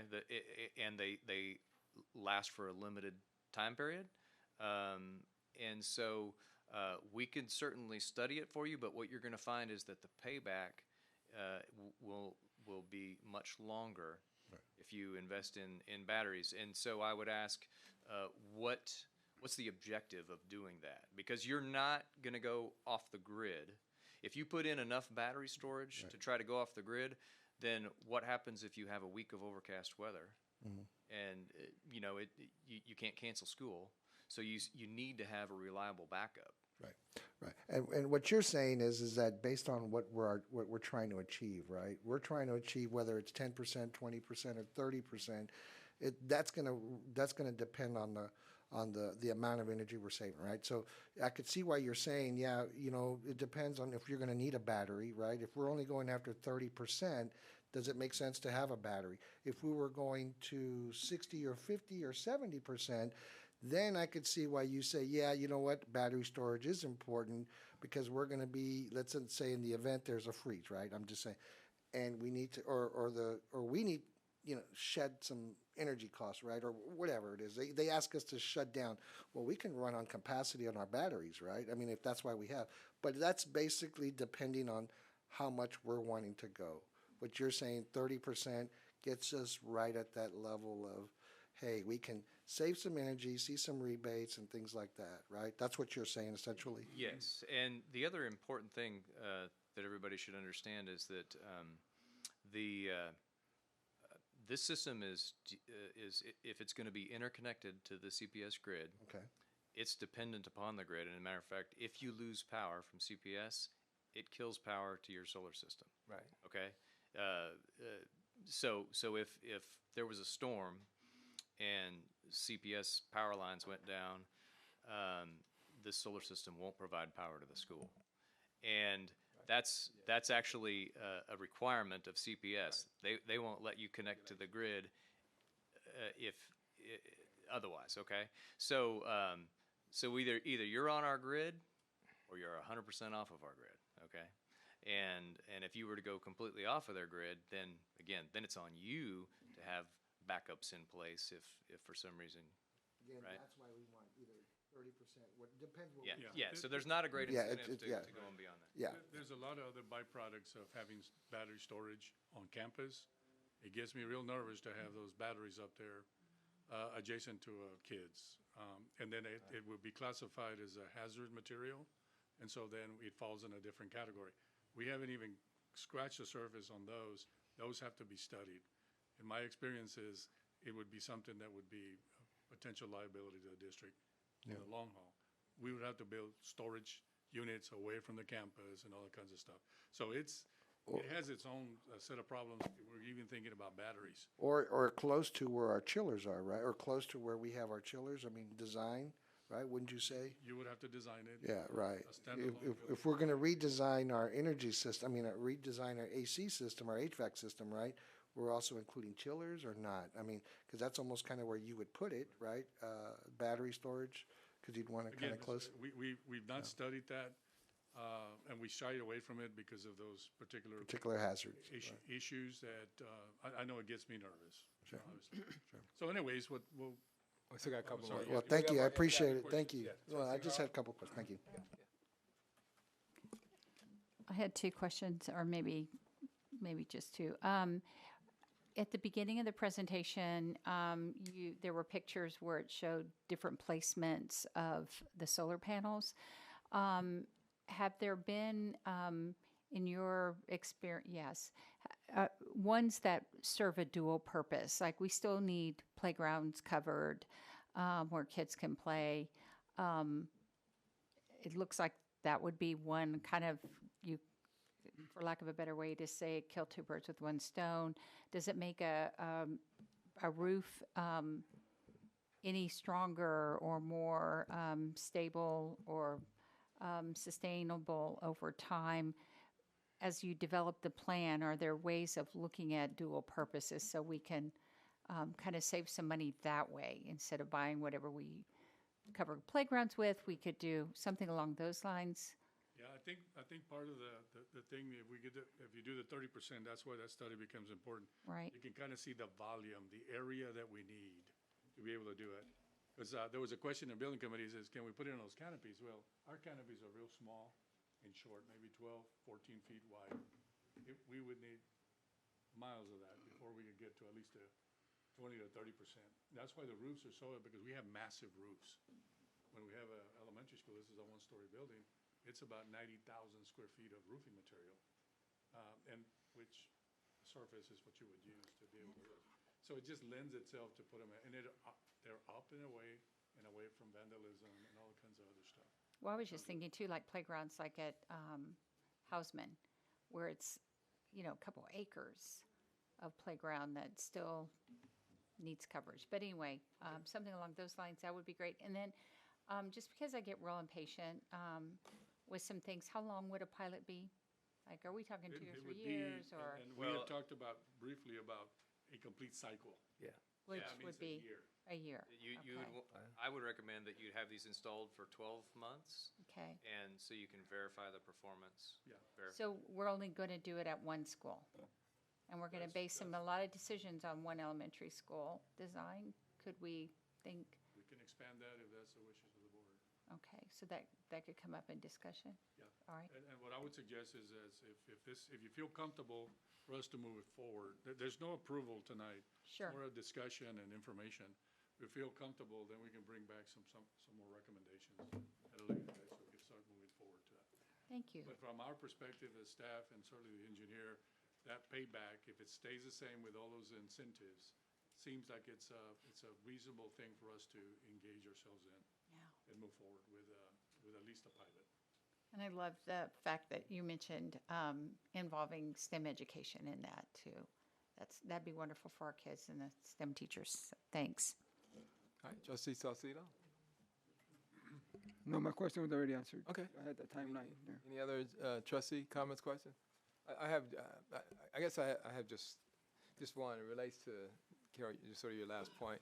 One of the other things, let me give you background so I don't cheat on you too much, okay? So I've had the solar since it first came out. So I've had it for decades, about 15 years or so. But one of the things I sort of learned out of that is it's great to share information about others.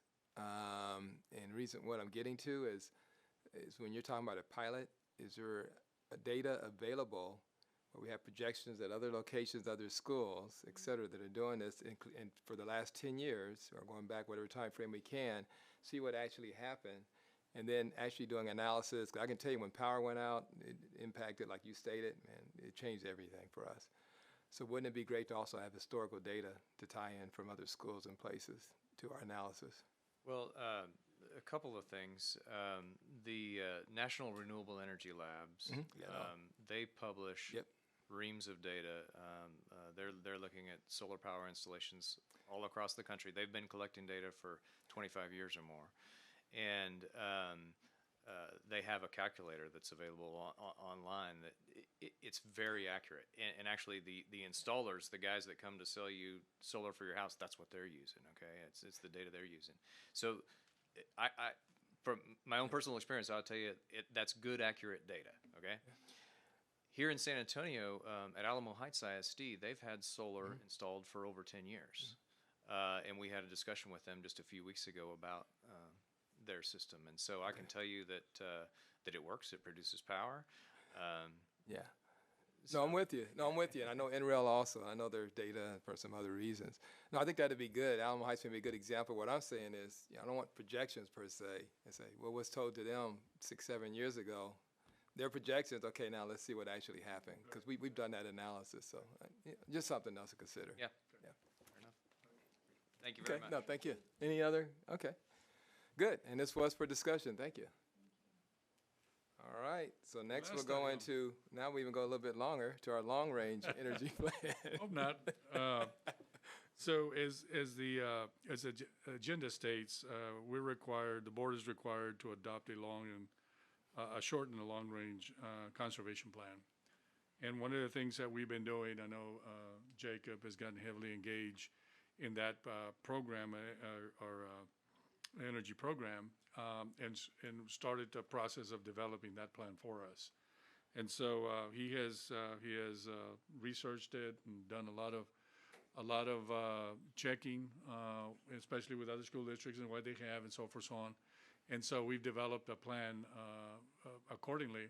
But the presentation is going to have two pieces. It's the plan, but it also has a little bit of historical perspective. With some of you, I know Karen was here when we had the energy program way back when, but some of you have not, and so we want to share with you, maybe Bobby, I don't remember, but where we've been, and with the plan, where are we going? So I'll let Jacob do the presentation. All right, good evening, Mr. President, Dr. Kraft, and Board of Trustees. So I'm here to present the long-range energy plan, and as Leroy mentioned, this is required by board policy, and so we have to try and implement a plan that strives at reducing energy consumption by 5% every year. So this presentation was presented to Building Committee, had in-depth discussions about certain topics. I'm going to breeze through the beginning of it. Stop me if I'm going too fast, and then we'll really get into the crux of it. Now, this is a high-level plan, and I want to preface this presentation by saying this is not going to reduce comfort in any capacity. Our goal is to still have an environment conducive to learning and for the students and staff. So that is not what the intent of this is, but we are striving to try and reduce our consumption because we know that the cost of energy continues to go up, and so the only way we can keep our costs down is by reducing our consumption. So to get us started, what is the purpose? And so to continually evaluate, modify energy consumption practices to maintain a comfortable learning environment while minimizing energy consumption, which then relates to reduced cost. The rationale: it's widely known that the cost of energy continues to rise, thus impacting the district's budget. Energy consumption is the second largest budget item of the district, therefore a comprehensive energy program that provides good stewardship of taxpayer dollars is necessary. And so just to give you some figures, I shared some figures, and we went and double checked those figures. Right now, just in utility cost, just so you guys have an idea, from year 21 to 22, because that's our last fiscal year that we completed, we spent just over $17 $5.7 million in utilities. So that's electric, gas, and water. Obviously, the larger portion of that is the electrical at just over 14.5 million. So I've got a quick outline. Our goal here is to go over policy that's driving this particular presentation. We're also going to give you a definition of what energy management is, because some of you may or may not be familiar with that. We're going to go over the program history, where it started and where it is today, as well as then getting into the nuts and bolts of the long-range energy plan. Again, this is a high-level plan. We're not going to get granular and get into strategies and initiatives and those types of things, but we're going to try and lay a roadmap of how we're going to progressively figure out what we're going to do and strategies that we want to implement in the future. So going into policy. So as I mentioned, there's board policies that are driving this. The first policy is our CL local, which is a commitment to conservation of energy. And this is the one that requires the annual audits of every campus. So we have energy specialists that try and go out to those campuses through day and night audits to try and assess where are we using energy, is stuff running at night, those types of things. Then we got the legal policy, CL Legal, which is the establishment of the long-range energy plan, which again, the goal is to reduce consumption by 5% per year. So you ask yourself, what is energy management? So the definition that we've come up with is the process of tracking, optimizing energy consumption to conserve usage in a facility. And this is obviously continuous collection of data is necessary in order to get this energy management and the data to support what needs to be done, optimizing equipment schedules and those types of things. There's two major categories that we break energy management into. The first part is behavioral, and that's obviously turning off light switches, unplugging appliances, those types of things. Strategic planning of how we're going to schedule after hours events. And then there's the building system side, which is the capital side. Looking at your systems, are they energy efficient?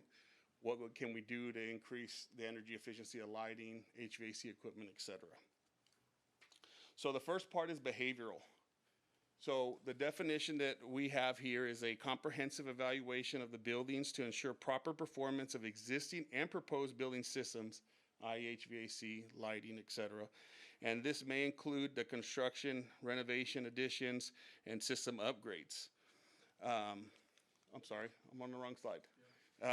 So the comprehensive plan, a program that provides energy positive behaviors to include the actions or inactions by building occupants which impacts energy consumption. So we have 3 different ways to accomplish that. The first is through education, and the second is through observations, and then the third is to communications. So communication piece becomes how is that campus performing in relation to prior years? What is their average baseline that they've established over previous years? The second part is building systems, like I mentioned earlier, is the comprehensive evaluation of the building to ensure proper performance of existing systems, i.e. the HVAC systems, lighting, et cetera. And this is broken up into 3 major categories in our eyes, and that's the operational piece. How are we using the building right now? For after-hours events, are we strategically scheduling those events so we're only having to turn on small areas and pockets of that campus as opposed to spreading out our meetings across the entire campus and turning it all on after hours? How do we use our override panels to make sure that we're only turning on the zones that we need when we're waxing or doing anything after hours from the custodial standpoint? Then we have the capital improvement side, which is your lighting retrofits, HVAC upgrades, those types of things to make sure we're using the most efficient systems to help reduce our consumption. And then you got the assessment piece, which you might hear the word commissioning out there, or retro commissioning, and that's where you're going into your existing campuses, determining how is that campus designed to run, and is it running that way right now, or are there issues that we have to repair in order to get it to run as efficient as it was originally designed? We have partners such as SECO, which is a state agency that help us fund those assessments through grants and those types of things, and they'll actually perform those, give us a deficiency report so that then we can hopefully come up with a project to improve their existing systems. So now, program history. Where did we start? Where did energy management start? It actually started in the 90s with the employment of a third-party vendor that at the time was called Energy Ed. They've since been absorbed in another company that you might have heard of called Synergistics. But this particular program, when contracted, was behaviorally focused. So their goal was to go out there and change behaviors. You heard about the behavioral side that we were talking about. That's the actions and inactions of people. Are people turning off the lights? Are people leaving their fans running, heaters running after they've left those rooms? The program included 2 energy managers. They conducted night audits, and then they also reviewed our utility bills to make sure that they could look for anomalies. Do we have spikes somewhere that's driving our costs up? Upon administrative decision, the energy management program contract was not renewed, and that responsibility was then transferred to facilities, which is where facilities energy management department was created.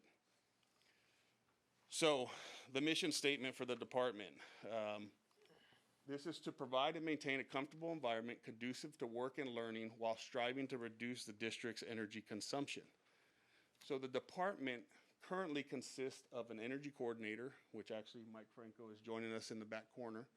We have a district scheduler, which they're the ones receiving all of the requests for campuses, after hours visits, those types of things, as well as our energy specialists. And I put an S there because we know that we're going to need more than one. Currently, we have one specialist, and they're the ones that are conducting these audits for us day and night.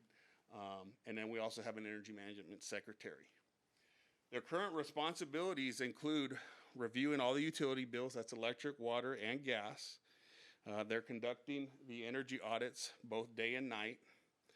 They're fulfilling all of the scheduling requests, like I mentioned, from the campus. They're submitting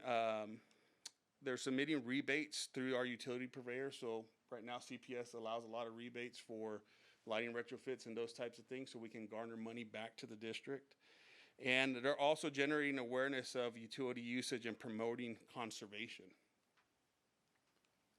So the energy management has current initiatives that we've been doing and have in place. And what I want to say is that our department really hasn't been doing a good job of projecting this out. We've been doing a lot of good things since the 90s, but we really haven't documented and reported to you on a regular basis, which is going to change with the implementation of this plan. So the current initiatives include monitoring energy consumption per facility. So we can run trends on how are they using their energy from month to month, how have they used it over the course of the year, how does that compare to prior years. Conducting the audits that we had talked about both day and night. Continuing to garner rebates from CPS through our initiatives. Working on centralized scheduling, trying to have a hub where all those requests are done, and then asking strategic questions.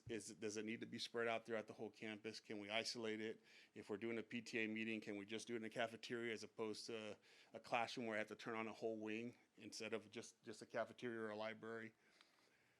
And then obviously the big one right now that you guys have been privy to is the demand response, which is happening as we speak. That's a program that goes from June to September, where we are asked to curtail energy, and if we curtail a certain amount of kilowatts per hour, it garners money for the district. And right now we're tracking very well to bring you a big check, hopefully here in the near future.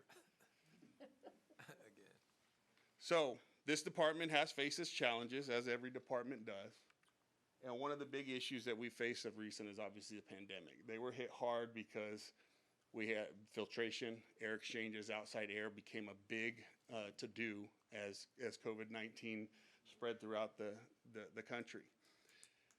This triggered small appliances. So this meant you have mini fridges, you had microwaves in spaces because those folks could no longer congregate in break rooms. And so we have some of those throughout the district. The other hurdle that we're going to always face is the aging campuses and facilities. So 50% of our existing campuses are 30 to 60 years old. That means the building envelope is dated. We might have leakage throughout our buildings through windows, doorways, those types of things.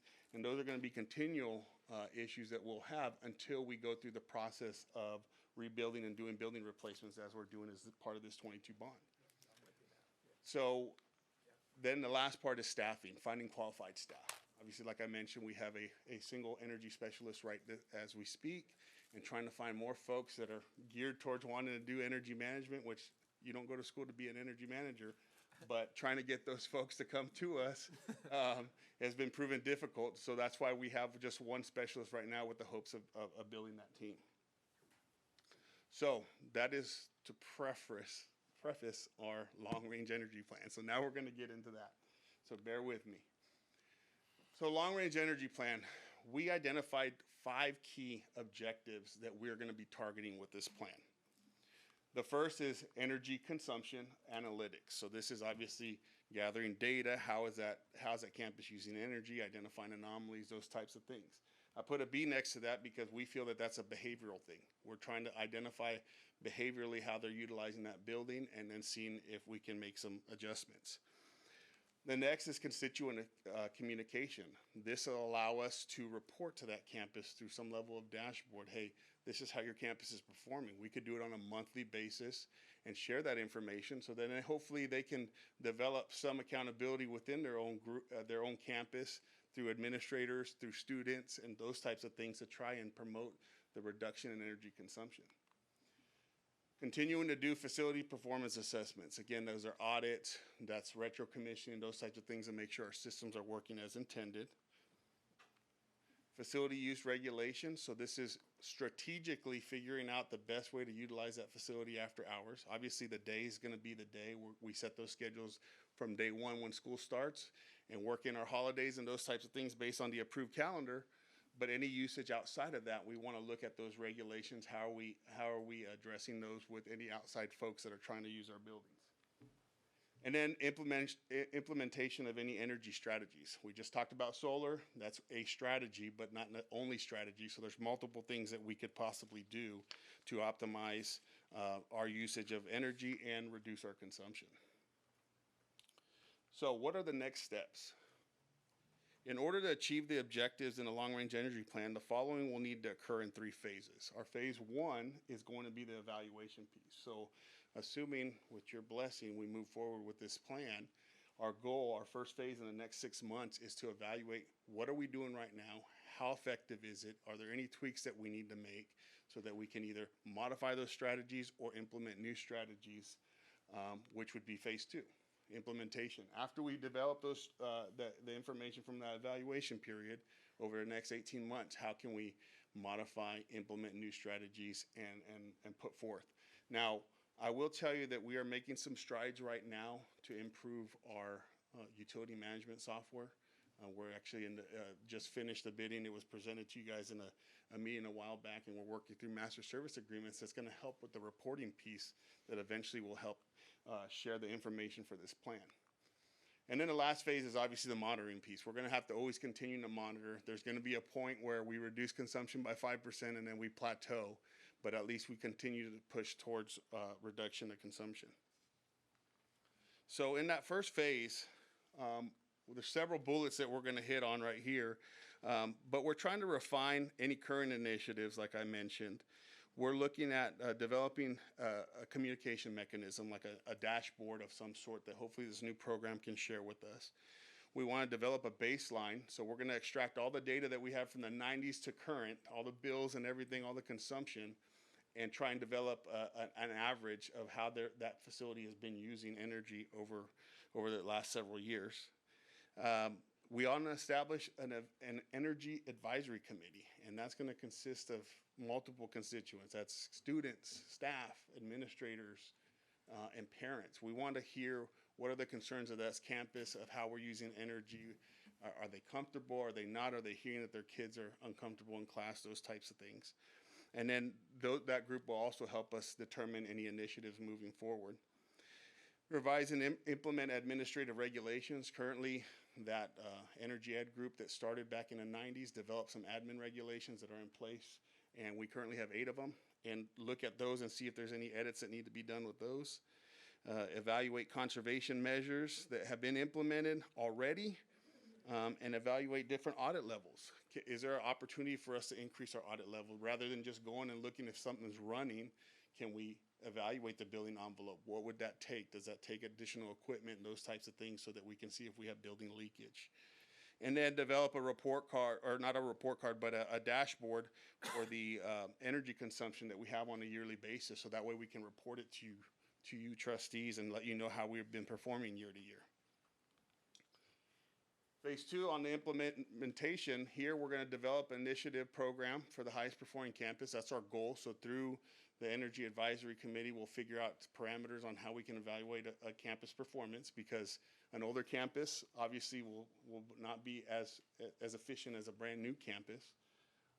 Work with state and local agencies to conduct assessments and continue to do retro commissioning and garner funding to do so that we can look and identify our deficiencies and address those. Engage student participation and education through student patrols. So that's, again, engaging not only on the solar side if we pursue that strategy, but also sharing what the importance of energy consumption is and trying to look at renewable resources. And then identifying any necessary resources, staffing, any additional software that we can do to monitor our consumption and report it out effectively. Then the last phase, obviously, is the monitoring piece, which is to coordinate energy efficiency or energy efficient replacements of energy consuming systems, so HVAC, lighting, et cetera. Continue to do the daily audits and really track whatever measures are put in place, and then share the dashboard with administrators so that way they understand how they're performing on a yearly basis. So in conclusion, Northside's Energy Management Department has a unique ability to implement strategies to curtail energy consumption while providing a comfortable learning environment for educators and students. The Energy Management Department will share progress in the future through annual reporting to the trustees, as well as quarterly reporting to our facilities leadership. And so with that concludes the presentation. I'll be free to answer any questions, any comments, and here we're just looking for an approval to move forward with implementing this plan and to continuing to develop those strategies. Good. Any comments, questions from the board? Trustee Freeman? Yeah, thank you, Bobby. Jacob, thanks for the presentation. Again, heard it in building, and you did a great job. Question, though, so I see that it says the district is required in board policy to establish a short and long-range plan, and this is our long-range plan. What is the short-range plan? Did I miss something in the presentation? Yeah, 3. So the short range plan is obviously implementing any strategies that we currently have. And so it's looking at what's already in place. Now, we haven't necessarily presented that. We wanted to lay out the long range energy plan first, because then that's going to share the low hanging fruit that could become our short range energy plan that we could bring back to you. Okay, so tonight you're asking us to approve the long range plan? Yes, ma'am. Okay, thank you. Any other trustees' comments? Dr. Kraft? Just a real quick comment. Just want to appreciate Jacob and the Energy Department. This is quite a bit of work, actually, to put together, bundle together. We do need to have this goal target of trying to reduce reduce consumption by 5% on an annual basis. Now, again, that's not to sacrifice comfort. We've made it very clear, and we'll reiterate with the override buttons. We want our staff, our teachers, particularly as they're continuing to work through the hottest months of the summer, to be comfortable. So we'll be reiterating that. But as we look at the grid and just the demand and obviously the daily request to shed load from CPS, we recognize that we're a large consumer in the energy industry, and so we're going to try to do our best to reduce and be a good partner, community partner, as much as possible, whether that be big solar initiatives or just simply using students and clubs across campuses to help us go around and audit lights being left on, even though we have occupancy sensors, as much as possible. Because like I say, we do use a tremendous amount of power. So thank you again, Jacob, to you and your team. Very well. And I just had one, and it may not be relevant, just let me know. The TASB co-op, energy co-op, is there any value in terms of that supporting us, or is that going to differ more from a cost saving than it is from an energy saving standpoint?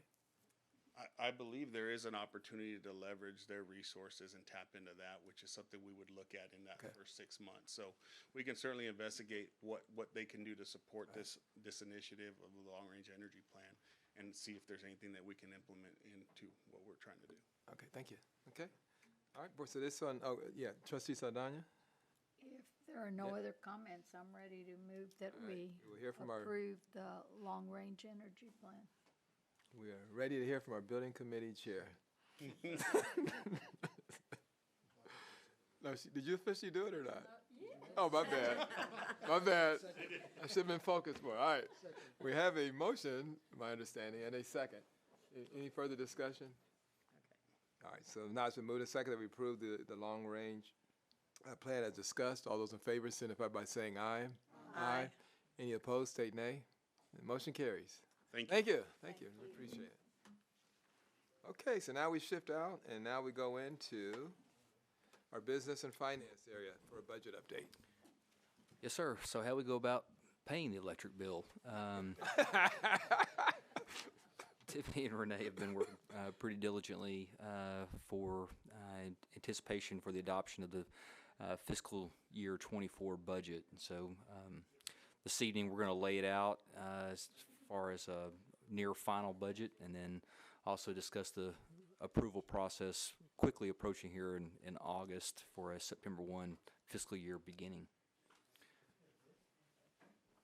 I have the power. Everybody else is standing up. I guess I'll stand up. Yeah. I can lean too. Okay, well, we are going to be covering the current proposed 23-24 budget as it stands as of right now. Just yesterday, we received our certified values from Bear County, and we're still waiting for the other two counties so we can get all that information so we can then start moving forward with calculating our maximum compressed tax rate and some other things. So everything that you see now is it's in flux right now because everything is not all coming together. But the expenditures that we've recognized, not only from the expenditures we're bringing forward from 22-23, but also the other items the board has approved since back in April, the campus-based units, the non-campus-based units, other items in G&I have all been incorporated in here. That's that side of the coin. But the other side of the coin, of course, is the revenue, which is still a little bit in flux, again, until we know what our MCR is going to be. We have settled on an expected average daily attendance for next year, so all that is kind of built in. So we'll kind of go through that. So I'll start with the revenue side of that coin. Right now, we are looking at taxable values to be about 8% higher than last year, despite the fact that the numbers we received from Bear County today show an increase of about 12%, but that's at $40,000 homestead exemption. As you know, Senate Bill 2, right, Senate Bill 2, is going to increase the homestead exemption to $100,000. So everything that we're doing right now, we've been told to just base it on a $40,000 homestead exemption. And in November, should the constitutional amendment pass and it goes to $100,000, then we have some issues to deal with in the fall. So everything right now is predicated on a $40,000 homestead exemption for what we are looking at. And, well, let me back up. So the MCR, as it's going to be calculated, is based on the $40,000. So that's what we received from Bear County. We have to adopt a tax rate as if the $100,000 exemption is going to pass in November. Does anybody think it's not going to pass? Exactly. Including a 10-cent reduction in our maximum compressed rate. So we'll kind of go through that. Average daily attendance, 94,200. So we've pushed that up because that's exactly where we ended last year in 22-23. If you remember, we started 22-23 with 93,000, and we're pulling out our collar thinking, I don't know if we're going to get 93,000. Well, we did. And so we sustained that throughout the year. So we are going to go out on a limb and assume that the same number of students who finished the year, well, except for the ones that graduated, that we're going to start with about 94,200. But we monitor the heck out of that thing because we want to know whether or not that number is going to be too low or too high. Our federal revenue, just to finish the entire state general fund revenue structure, is about 3% of our budget, a general fund budget. So we expect that to be about the same for this next year. We don't expect any kind of decreases. This has nothing to do with ESSER, completely different. ESSER is another fund, but the general fund dollars that we receive in the general fund from federal revenue, we're going to assume that are going to be about the same going into 23-24. Before you go to the next page, so on the first bullet point, when you start talking about the assumptions and what it's based on, and you talk about the $40,000 exemption, should it really be any different if the state compensates us for the difference? It's revenue So- neutral. So if the homestead exemption is now $100,000, it's revenue neutral because remember, the capital E entitlement that we are entitled to is based on the number of kids, so it just changes the mix between state and local funding. So during the session, when they were talking about increasing the homestead exemption, well, that's a great thing because again, it's revenue neutral. The big talk was about increasing the basic allotment, which at least through the second special session never happened. So increasing the homestead exemption to $100,000 has no impact on the M&O because again, it's revenue neutral for us. Right, thank you. So with all the knowns put together, this is the format that the board has seen for the last couple of years. You can see our total revenues are expected to be just over $1 billion this year. Expenditures at about 1.026 for a current planned deficit of just under $20 million. That's where we stand today. I don't think that that's going to change much, simply because even if we were to look at our revenues, it's just going to be a change in the mixture between state and local between now and the time that the board considers the budget for adoption on August 22nd. There may be some slight changes on the expenditures. If somebody comes in late and says, oh, I forgot to add this in G&I, superintendent approves it to be included in the budget, so the expenditure number may change a bit. But right now, we're at just under $20 million deficit.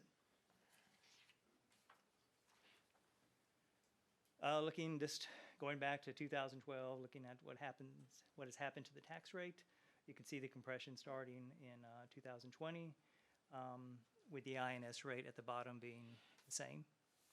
Just to jump ahead a bit, we are not recommending any change to the INS rate for this next year. We will keep it at 0.3355, and this will be now the 12th or 13th year, I can't remember. Many, many years, more than a decade. The other fund that you'll consider for adoption, of course, is 3 funds, is a child nutrition fund. We are going to increase the number of community eligibility provision CEP campuses from 62 to 76. And what that means is all the students on those campuses eat for free. There is no increase for those students that do have to pay full price. We are not going to have any increases in meal prices for next year, which we haven't done in a number of years. And that's what the child nutrition budget looks like. It's always $1 million added to the bottom line. The same thing we saw last year. So Mr. Thomas and his entire group do a very good job of child nutrition. So that's we're lucky because again, not only are we feeding kids, but they're also it's a well-run financial program, which feeds kids, and that's what it's about. Debt service budget, the last budget the board will consider for approval. That's the fund that we set up to collect taxes to pay back all of the previous bonded debt. Again, keeping the debt rate the same at 0.3355.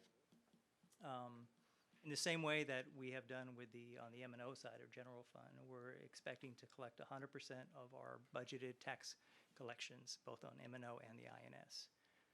Principal payments of about $90 million, interest of almost $90 million, and right now the planned defeasance, and the board, for those board members who have been here for a while, you know that we have actually been paying off debt a lot faster because we have been using the increase in the property values, keeping our debt rate the same.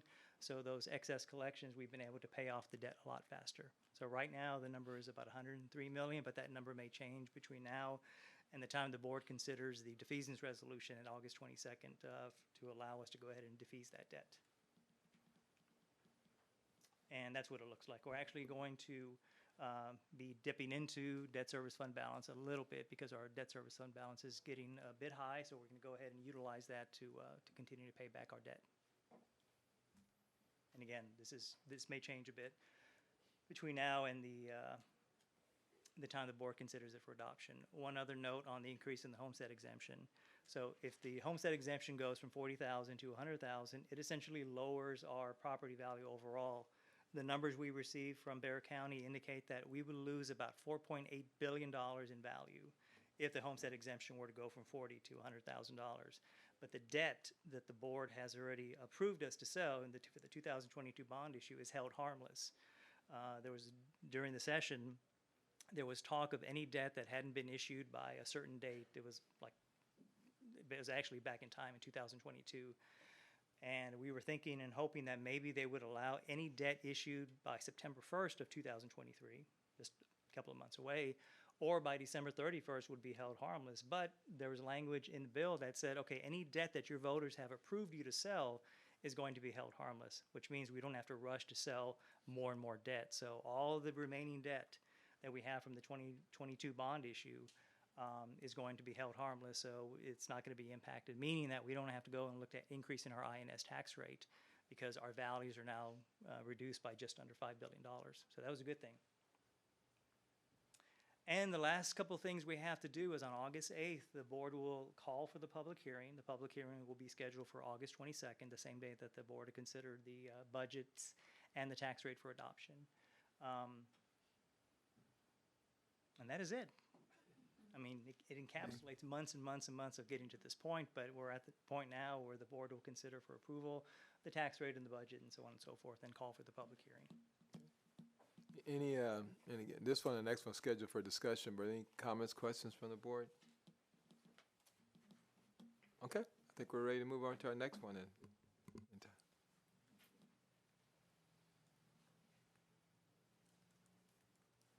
So this is the second time this board has seen this presentation. We just updated some of the numbers and we had to go through this last year. Last year we actually covered it at the Finance Committee meeting that we had. But we figured that we wouldn't do that well because we hadn't scheduled a Finance Committee meeting, but there is one scheduled for next week. But we are not going to have excess revenue. We are not going to have to send any money back to the state. The term thrown around is recapture. We're not going to have recapture. We're not going to be sending money back to the state.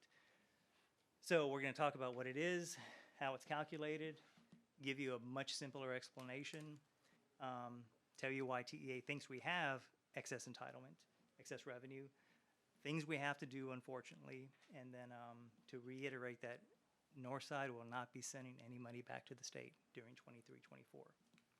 So, again, we are not going to be sending money back to the state during 23-24. So what is it? Local revenue and excessive entitlement. There are two different levels, Tier 1 and Tier 2. We do not have any excess revenue in Tier 1. Tier 2, it gets a little trickier because the state doesn't realize that we don't have access to copper pennies beyond the MCR, which we are calculating right now, plus our 5 golden pennies that we put on top of the MCR. But every year, TEA assumes that you have access to these copper pennies outside of the golden pennies, which we don't even have all the golden pennies. And they send you a letter on July 15th of every year saying, we have identified you as having excess entitlement in Tier 2, Level 2. And here are some things that you have to do. So how is it calculated? As I said, component number 1 is Tier 1. Your entitlement, that's essentially based on the kind of kids you have, the basic allotment, all the different weighted funding. So they're going to send us, they say that we need $793 million in Tier 1 to educate our students. But before we send you a penny, you can collect taxes from your taxpayers, can you not? Yes, we can. So they are assuming that we are going to be able to collect a certain amount of money from our taxpayers, and consider that to be our deductible. So before the state sends you a penny, they're going to say, well, get what you can from your local taxpayers. If you collect more from your local taxpayers than what is then you have excess entitlement in Tier 1, you have to send that back to the state. So we're not there yet, and I think Jake ran an analysis on our excess revenue calculator. And what year was it that we would potentially get there, 27, 28? With the compression, it really took it out of play for... They kicked that can down the road, so we avoided that, at least for now. So that's a good thing. So that's a good thing. We're not going to have any excess revenue in Tier 1. In Tier 2, the guaranteed yield on copper pennies in Tier 2, Level 2 is $49.28. They have calculated that we are going to get $62.80 per penny in guaranteed yield in Tier 2. And that's right. But do we meet the first one? No. Do we meet the second one? No and yes. no, because we don't have access to tier 2 to copper pennies, but the state doesn't know that, and they assume that you are going to have access to copper pennies, so they go ahead and send you this letter and say, you know what, just in case you do get excess revenue in tier 2, level 2, why don't you just go ahead and have your board approve an agreement to send money back to us in case you do. So we have to go through the motion. So this is only the second year that we've done this, so we'll be going through and going through the motions because that's what the state requires. So this is the best way I could graphically show what all this is about, using last year's tax rates, because we don't know what our this year's tax rates are going to be 23, 24. So assuming that this is what's going to happen in 23, 24. The MCR was 8546. That's 8046 plus the 5 golden pennies. So that was our maximum M&O tax rate last year. Yeah. The 5 golden pennies, for instance, that, well, you know, we have access. There's no excess entitlement on golden pennies. And we have not had a tax ratification election in this district, so that means we don't have access to those copper pennies. So if you see over there, and it's 3 and then it's 9, we do not have access to any of those pennies. The 3 are the golden pennies. So there's no way we can have excess entitlement because we don't have access to those copper pennies. But TEA, in their infinite wisdom, because they work in mysterious ways, they said, no, go ahead and go through all these motions. So this is what we're going to be bringing to the board on the 22nd for you to approve an agreement to purchase attendance credits as if we were going to have excess entitlement. So again, going through the math, they say, okay, you can only get $49.28 in tier 2, level 2 guaranteed yield, and we calculate that you're going to get $62.80. But here's the thing is that our own numbers suggest that we're going to get $63.25 if we had access to those copper pennies, of which we don't. So one day in the future, if this district does have access to those copper pennies because we have a tax ratification election, based on this, we would be sending money back to the state because we have more in guaranteed yield than the state currently allows.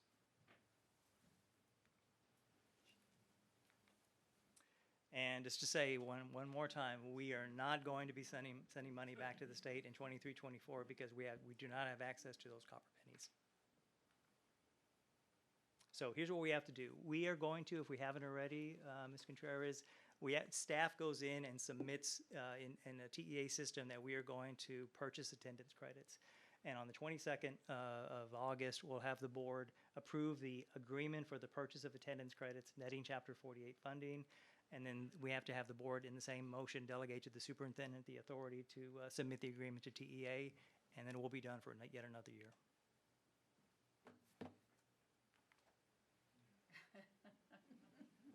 And if there are no questions, that is it. Yeah, this is discussion item. Any comments, questions? Okay, good. Thank you. All right, we'll go ahead and remember that theme. We will not be okay. Now we go. Next, we'll go into our let's see, human resource technology services area. Oh no, skip that too. No human resource, no technology. So administration or review of our legal policies. Yes, sir, Mr. Blunt, Dr. Kraft, trustees. So I will defer to Ms. Kelly Rosti, and she'll give you, for your information, a review of some of the legal policies that were part of Update 121, and then cover the local policies that we bring to you as a first reading. So, Ms. Rosti. Thank you. The legal and local policies were in Friday letter. I'm not sure that we need to cover the legal policies. There's quite a few. There are 48. And just as a reminder, legal policies are not adopted or revised by the board. It's just updated within our policy handbook to reflect any changes. And in reviewing them, there's considerable changes that are pending. So I think that in probably, I want to say October or November is when the next update will probably come. Those legal policy changes will reflect some of what Dr. Barajas was just talking about. The homestead exemption changing is going to change the legal policy if voters approve that. Some of the bills that passed in the regular legislative session are going to impact the legal policies. So there's quite a few changes coming. If there's any questions on the legal policies, I'm happy to answer. But I think I'm going to skip to the local policies for now if there's no. Yeah, we thank you for singing them out in advance, so we've had the opportunity, and if everybody's good, we'll go ahead to local policies. Okay, great. So local policies, there's 12. They're all really simple this go around. The next chunk of updates will not be so simple, I suspect, but at least in this bundle, we've got 10 revisions, all pretty minor, one that is recommended for deletion, and one that is brand new. So the first one is CFB local, and Renee could chime in if there's any details to add on this one, but this is, and actually just as a reminder of the format of what you're seeing here, the why, on each slide I have why, what, and if there's any additional notes. The why is telling you why anything is being changed at all. So is it coming from legislation? Is it coming from a recommendation from TASB? Is it coming from administrative rules? That's what you're getting in that section. What is telling you what the actual changes are. So you should have the policies in front of you that are marked up to show if there's any text changes. But on this one, what's happening is we have amended guidance from GASB, which is the Government Accounting Standards Board. And they are recommending that we revise the policy to add a provision stating that the superintendent can determine capitalization thresholds for a group of assets. So right now, assets are capitalized, correct me if I'm wrong, Renee, if it's valued at over $5,000 for the unit, anything else is kind of considered inventory. This allows you to capitalize a group of items that individually are under $5,000 but collectively are a substantial expense, right? Or cost? Yes. Okay, thank you. So that one's fairly simple. Are there any questions on that one? I don't think we had questions on that in the policy committee meeting. And also, just as a side note, all of these are sent to the various departments that have that are impacted by the policy change, and we didn't receive any concerns from any of the departments with the recommendations from TASB. So the next one, CKE local, this one is being recommended for deletion. However, the next one that you're going to see is really capturing the same text that's in this. So it's just kind of changing the code for the same content. What TASB is doing is getting ahead of changes that are coming from the school safety bill from HB 3. So now that we will have the armed guard requirement provision, some school districts have their own commissioned peace officers. Some are using the Marshal or Guardian program. Some have armed security personnel. So they're trying to set up their policy structure to reflect what each individual district is doing. So because we have our own police department, they're recommending that we delete this policy and add CKE local, which will be specifically for commissioned peace officers. So this has all of the same text that was in the one that's being recommended for deletion, with the exception of a small provision being added to reflect that our officers have body cams. Any questions on that one? I'm sure more is going to come as we get deeper into the school safety discussions as the rulemaking comes out. And we already have body cams. Yes. Mm-hmm. CLB local, this one really doesn't relate to Northside currently, but the recommendation is to include the updated language. So this is based on administrative rules that came down from the Department of Ag. They're recommending that, well, the department's intention is for the provision relating to our integrated pest management program, that if you have any residential property owned by the district that's used primarily for student housing, I'm not sure if any school districts have that, but we do not. But if so, they intend for the provision or all of your pest management program to apply to those properties as well. So it doesn't impact us currently. Any questions on that one? Okay, this one is interesting. Feels like a long time ago. I think it was April. It was just a couple of months ago. But you all actually already adopted this one, CO local. Changes were made to reflect district's practice with unpaid child nutrition accounts. So you've already had this on first reading. You've already had it go to consent. It's been approved. The only reason this is being included in the packet is because when we adopted it, TASB was already so deep in the process of this Update 121 that it was included for most school districts in Update 121. And apparently they charge you separately when you update a policy standalone. So they're just trying to save us a couple of bucks by including it in here. So you've already adopted this. They're just going to officially put it into our manual with this update. CRF, this is another kind of wonky TASB one. We have no changes whatsoever on this policy. However, it's been quite a while since it was last touched by Northside, since it was last updated. And since TASB is moving to a new online policy system, if you have an adoption date that was too far back, they can't make the new system communicate. So they need a newer adoption date. So no text whatsoever is changing. The only thing that would be changing is the adoption date. And there's no charge on that being included in this packet, apparently. The next two, I think that we're going to see a lot of changes like these two coming up over probably the next year or so. TASB's recommending that we start kind of going through all of the local policies to remove text that says the superintendent or a designee. It's unnecessary as it's already reflected in our policy BJA. The superintendent has the authority to delegate. So they're going to kind of slowly start recommending that we clean them up one by one. So CVA and then the next one, CVB, both have the same simple change, just removing the text that says or designee. DEA local, another interesting one. Recommendation is to change the word bi-monthly to semi-monthly because that has apparently caused confusion with regard to frequency of pay. So semi-monthly is apparently more widely used. So their recommendation is for us to update that. Another change or another update that's in policy is clarification of circumstances when employees will receive premium pay during an emergency disaster if we are closed. So that was the district's practice, so it's reflected in the policy there. Any questions on that one? Okay, DEC.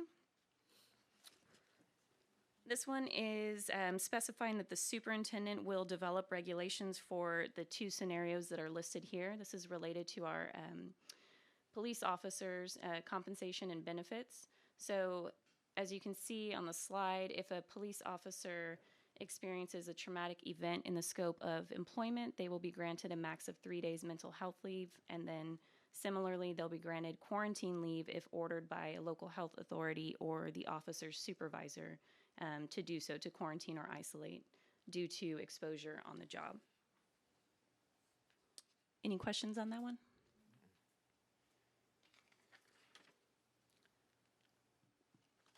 FD local. This one is based on administrative code rules that have been updated. So this removes a few requirements from the local policy and refers it instead to admin regs. And then it also changes language to say that a district will ensure that credit has been awarded appropriately to a student who is experiencing homelessness and was prior enrolled in a different district. In the current policy, it states that, bless you, you know what, I don't have it right in front of me, but in the current policy, I think it says we will kind of do our best to ensure credit. This makes it more protective of the student to be sure that they're not going to lose any credits in that transition from one school district to another. Any questions on that one? Something I didn't include this on the note here, I probably should have, but it was noted and recommended by TASB Legal that when enrolling a student, that while preferred identification or proof of residency would include utility bills, driver's license, those kind of things, that it is not the only way that you can show proof of residency. And so recommendation from legal reflects what our practice already is, that if a student or a parent or caregiver is unable to furnish those items, that it should be a flag to you that it might be an indicator that they are experiencing homelessness, and to push in supports for that. FFI local, student welfare and freedom from bullying. So this came from an update that came out from TASB a couple of months ago. related to their minimum standards for bullying prevention. So this is specifying that the superintendent will develop admin procedures to ensure that those already established minimum standards are being implemented. I thought it was worth noting that TASB Legal also specified that districts should be periodically monitoring the reported counts of bullying incidents, which already are happening, and that notes in declines in the count could represent an improvement in overall campus culture because bullying has potentially declined, but also that it's worth monitoring to see if a decline in reports is related at all to negative campus culture. So that was specifically noted by TASB Legal as something to keep in mind when you're reviewing those. I think that's it. Yep, that's the last local policy. There will be quite a few coming up in the months ahead, and I think that we will be getting a TASB legislative update next week. Trustees might have access to it before me, but I'm expecting to get it on August 3rd. Okay, any comments or questions? Just one, on the or designee, I assume TASB may think there may be cases that's needed. That's why they didn't say we shouldn't just do it globally based on what was stated. Well, that would be a lot of policies. I think they're just slowly taking them out. And it's already specifically referenced in that BJA. So they're doing, from what I can see, they're doing a lot of cleanup. So I think we're going to have a lot of small updates like that over the next 12 months. That's what it seems like in the conversations I've had. So. Okay. And the shift to their new policy online system, y'all have probably seen how it looks different. They're just updating a lot to make it more user-friendly. Okay, good. Thank you. Thank you, Kelly. All right, thank you, Jen. All right, so next we'll go in our superintendent area. The proposed board superintendent goals. Yes, sir. Similar to policy update 121, we also loaded this again in the Friday newsletter, so hopefully you had the opportunity to review. We are trying to establish our board superintendent goals, particularly for presentations that are forthcoming, to begin with our Sport Leadership Institute tomorrow morning. But we can always modify, adjust if necessary. Under the first goal, really it's all about culture, climate. I do anticipate a district-wide survey for students, staff, parents, particularly departmental surveys, but also assessing learning opportunities, inclusive of magnet programs, school choice that we're offering. I know that we initiated our student voice, so continuing our student voice committee meetings with our students is also going to be an intricate part of that. Assessing and collecting data, and then I anticipate an action plan forthcoming in regards to the data that's collected that are big flagged issues, particularly opportunities for growth. In regards to Goal 2, the goal itself hasn't changed. We are still working or awaiting the cut scores or cut points for our STAR assessment data. Again, we have our EOC data. I know that we're going to be presenting at the academic committee meeting, I believe, next week, actually. The 4th, is that right? The 3rd. 3rd. So, like I say, we have shown growth across our EOCs, and we'll be revisiting particularly our 3rd grade early childhood literacy, mathematics, and then, of course, CCMR board goals associated with Goal 2, which will be more metric-driven, obviously. Looking to expand, obviously, opportunities in advanced academics. This is one of the themes that we heard with our student voice, actually, with access to dual credit opportunities with Vista College. We are looking to try to maybe front load the TSIA process to have more students qualify, thus pursue dual credit opportunities, and then of course the expansion of extracurricular activities to include fine arts, JROTC, CTE, athletics, and then of course clubs and other activities. Goal 3 is obviously a new goal. We feel like that it's really important given where we are, kind of the state of our teacher shortage across the district, across the state, across the nation, to really focus on a couple of items. One, the teacher incentive allotment, which we will be discussing in greater detail in the coming weeks, but then also the compensation, alternative certification program, really working to ensure that this is sustainable going forward. And then, of course, competitive benefits and a system of recruiting and retaining particularly high qualified teachers, specifically in our Title I campuses. In fact, this was a conversation we had this morning, and we'll be picking up as we progress into the fall semester, without a doubt, how we attract, recruit, and particularly retain high qualified teachers in our most vulnerable campuses, which will be a combination of several strategies, I have a feeling. And then Go 4 really is a focus in and around school safety, which we added social emotional learning and the whole child development. We feel like that there is an opportunity here where we can bundle services and create a kind of a clearinghouse as a one-stop shop for communication purposes of all the services that are provided to families throughout the district. One of the things that was just mentioned in regards to bullying, our BARC data, we're revamping to ensure that we can formalize reports, but also assess and monitor over the course of the semester. There are going to be new safety requirements associated with House Bill 3.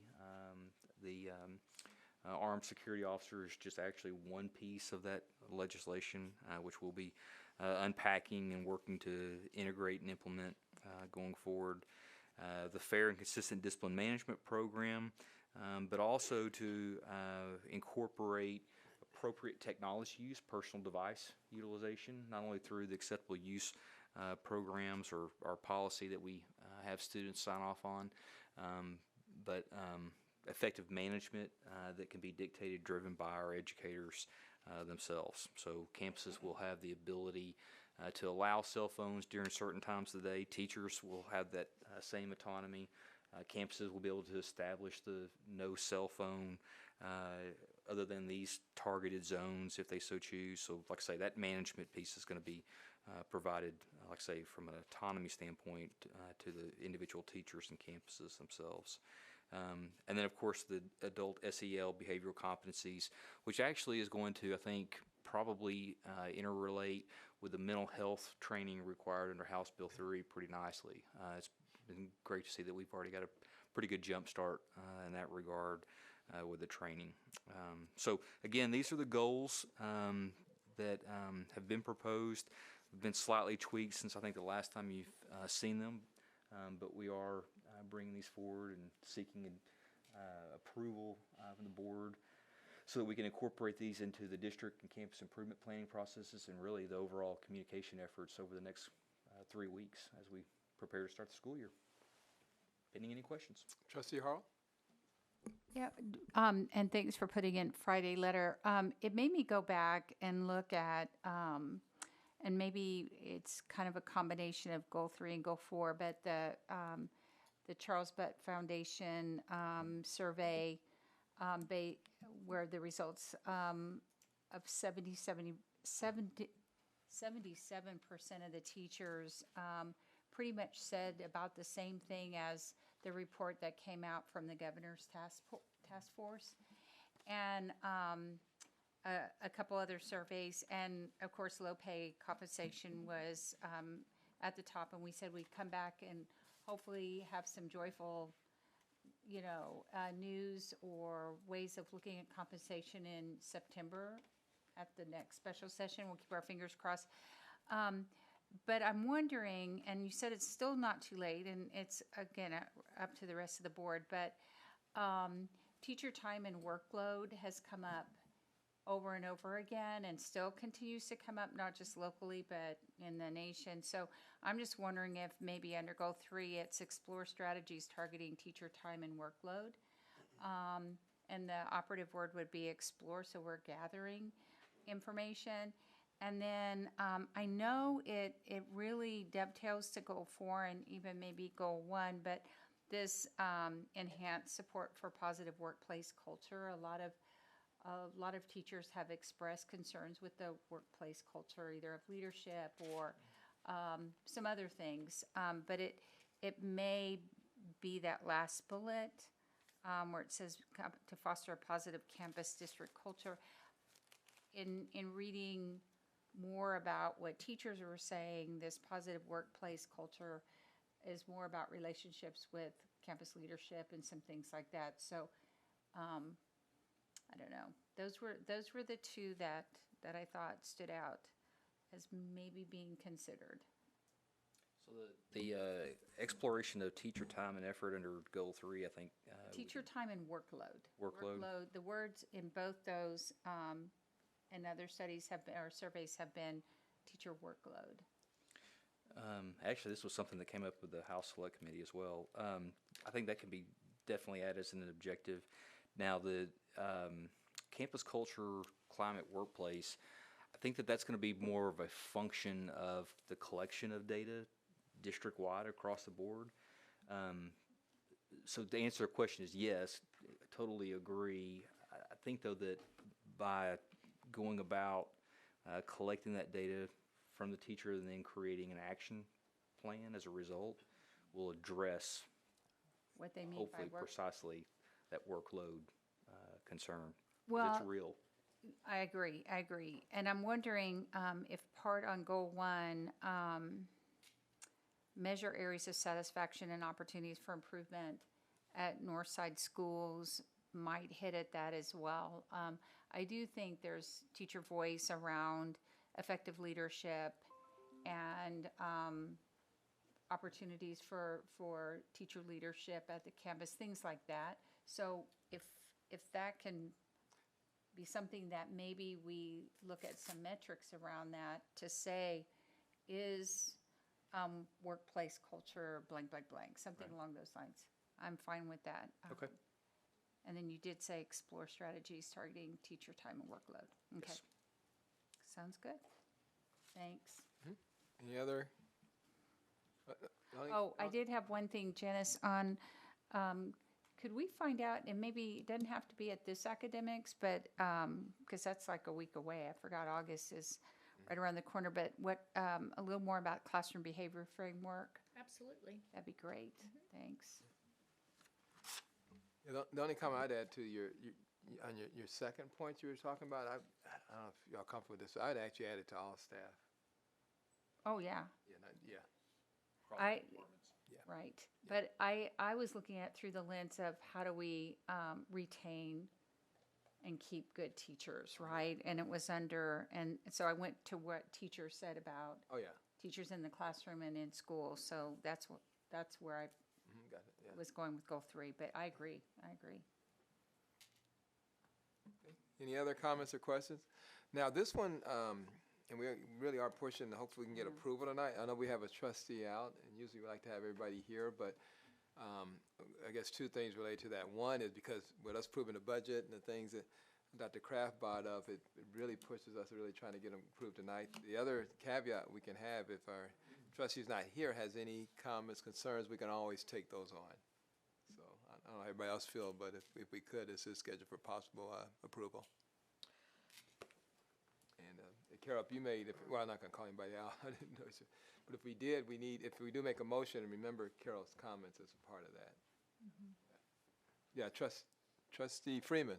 Yeah, question, Bobby. Yeah, I agree with you. We don't usually do this without all of us being here, but like all of us, she's had the opportunity to submit anything to you as well. So I'm sure you've taken anything that she submitted under consideration. So yes, Bobby, I think we need to go forward. Trustee Lopez? On goal number 4, and it's talking about develop and implement a consistent plan to strengthen adult SEL.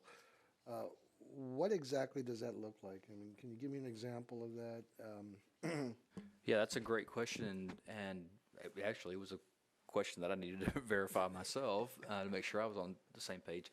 But one of the things that's going to be required as a result of House Bill 3 is mandatory mental health training, mental wellness training for staff. Now, there has to be an approved curriculum, state-approved curriculum forthcoming, but it's going to fall right in line. So social-emotional learning, employee wellness, so that adults are of the right state of mind, mental health, to be able to positively affect students. Is that going to be more like mental health breaks or some kind of like, hey, I'm just thinking like Yeah. strategies. I mean, Janice, maybe you may know more about this because it's under your department, but what are we looking at in terms of that?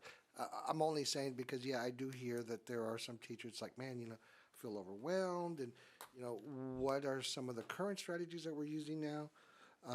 And then, or are we looking at implementing newer strategies, or are there surveys that are going to come out that could say, hey, what do you feel like? I don't know. I'm just kind of trying to get an So I would say understanding of yes, yes, and yes. So we have been surveying teachers this last year. We surveyed a third of our campuses, as y'all know, through the our survey that uses Panorama as a system. And part of what we survey are all of those elements that Dr. Kraft was referring to around mental health, teachers' level of well-being, teachers' emotion regulation, teachers' perception of barriers to success, for example. So if you recall, I think 2 years ago, we adopted the district social and emotional learning model. And that model includes a whole set of behaviors that we want to grow and develop in students, but also in adults. So the idea is if our students are going to have a safe, invigorating, engaging environment, we need to make sure that the adults in the system have the support that they need and those particular skills developed. Good. Okay, yeah, because I was just curious, because I mean, those are investments that, like you said, we've used a system, right? And we've made investment through ESSER dollars. And those are things that we've done, and we've continued to use them. So one of my questions that I have for you, Dr. Kraft, is, I think this is great, but is there a cost to some of this? Are there costs to some of this that we know up front? Like she just used an example that we've currently used ESSER dollars.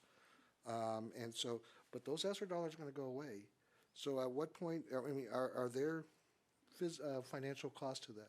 There will be, because a lot of what is being prescribed are going to be obviously programmatic provisions. The exact dollar amount associated with each strategy, again, I can't give you that dollar amount. But yes, there will be associated cost. One of the things that we're working towards right now from a long-term budgeting standpoint is the ESSER dollars this time next fall basically expiring. Right. We don't want to leave a dollar on the table, but at the same time, we want to make sure that we've got sustainable programs being put in place, implemented, that outlive ESSER dollars. And that's what I want to know, because at the end of the day, we're talking about budget impact, right? We're talking about providing services, whether we're increasing services to our students or our teachers, there's going to be some kind of financial impact. And if that's what we're looking at in the future, those ESSER dollars are going to go away. Some positions were created through ESSER dollars. So are we going to have to maintain those through our regular means of saying, okay, we're going to absorb those dollars? You see what I'm saying? So I wanted to make sure, could this come with, if I'm kind of leery on accepting it right now, because I'd like to know, with the exception, if we approve this, I'd like to know what budget impact, where's there going to be a budget impact on this? When will it, will it tell us there's going to be a budget impact on goal 1, right? It's going to cost us X amount of dollars. Well, yeah, I think that's a fair question. I think that also, though, that while we're looking at strategies, I don't know that we would be able to put a definite fiscal note impact even by mid-fall, simply because, I mean, this is going to be a work in progress. And as we're going about getting bids and procuring services, that's going to be throughout the course of the year. So we could try to put together an estimate, but that would be what it would be. It would be truly an estimate at this point. Right. Again, I think that would be beneficial for us, though, so that way we have an understanding, okay, how much are we spending here and how much are we spending there, and that way we could see that impact on the budget. That way, I think it's important for us to know where we are fiscally, right? I mean, there were some times where this past year we just passed a budget and we couldn't give a 1% raise because, well, we weren't sure the next year's budget or what state's going to approve. So what I see here is I say, I think these are great goals, but let's see what the impact is going to be financially. Because I want to be able to say, you know, we got to really monitor this and let's look at that. Okay. So I that's why I'm asking for a budget impact. I think it could significantly hold up the goal-setting process, just so that we're on the same page. Like, significantly hold it up. So That's with going to take some time. yeah, with each goal, though, as things come up, we would talk about budget anyway. Oh, absolutely. So So that it we would could- be like Procurement. it would be like anything else. We could say, oh, well, we can't go that direction because it's going to cost this, versus wait and not vote on this. That's what we do So anyway. you're saying periodically bring it up? Yeah. Yeah, absolutely. I mean, the procurement process would remain intact. These are simply goals, objectives that we're trying to accomplish, but any major program that would be in support of would absolutely have to go through appropriate procurement process, i.e. board approval. And we would have to approve that, right? Yes. Whatever. So it'll be presented to us. Okay, so as long as we have that, then I'm okay with that. I think, and I see what you're saying, it's gonna take a long time to try to implement this, but as long as we're kept up periodically as far as what the impact is gonna be on the budget, I'm okay with that then. I mean, I guess, can we all agree with that as a board? I mean, Well, it's our role. okay, then I'm okay with that then. Then I'm okay. I have no problems other than that. Trustee Hall? No, my only other thing, and Dr. Kraft, you brought it up, some of the language that's coming out, they're not using SEL, they're using mental health, and I'm just wondering if we want to put in mental health so it's consistent. For example, where it says develop and implement a consistent plan to strengthen adult SEL, mental health and behavioral competency, so it's aligned with sure what's can. coming out.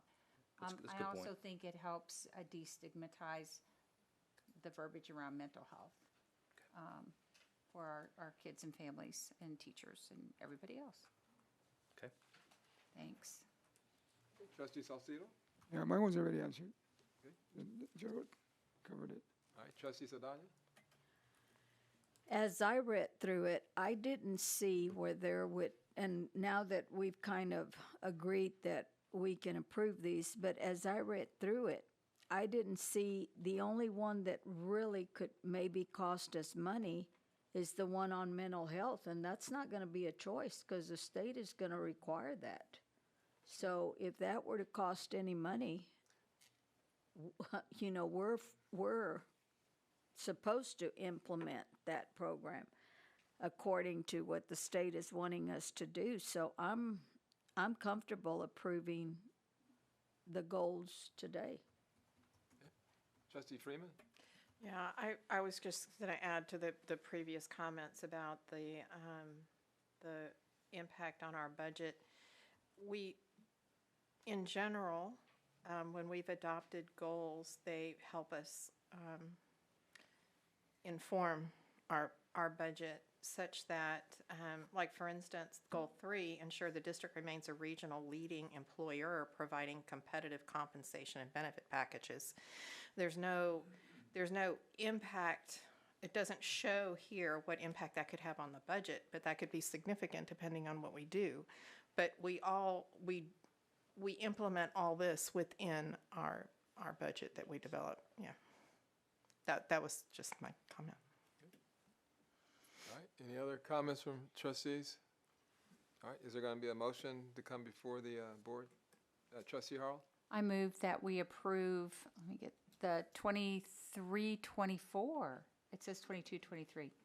23-24, you're fired. No, on the second.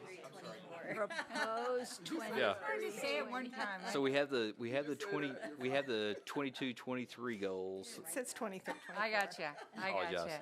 And My then the bad, I'm second page. fired. I'm fired.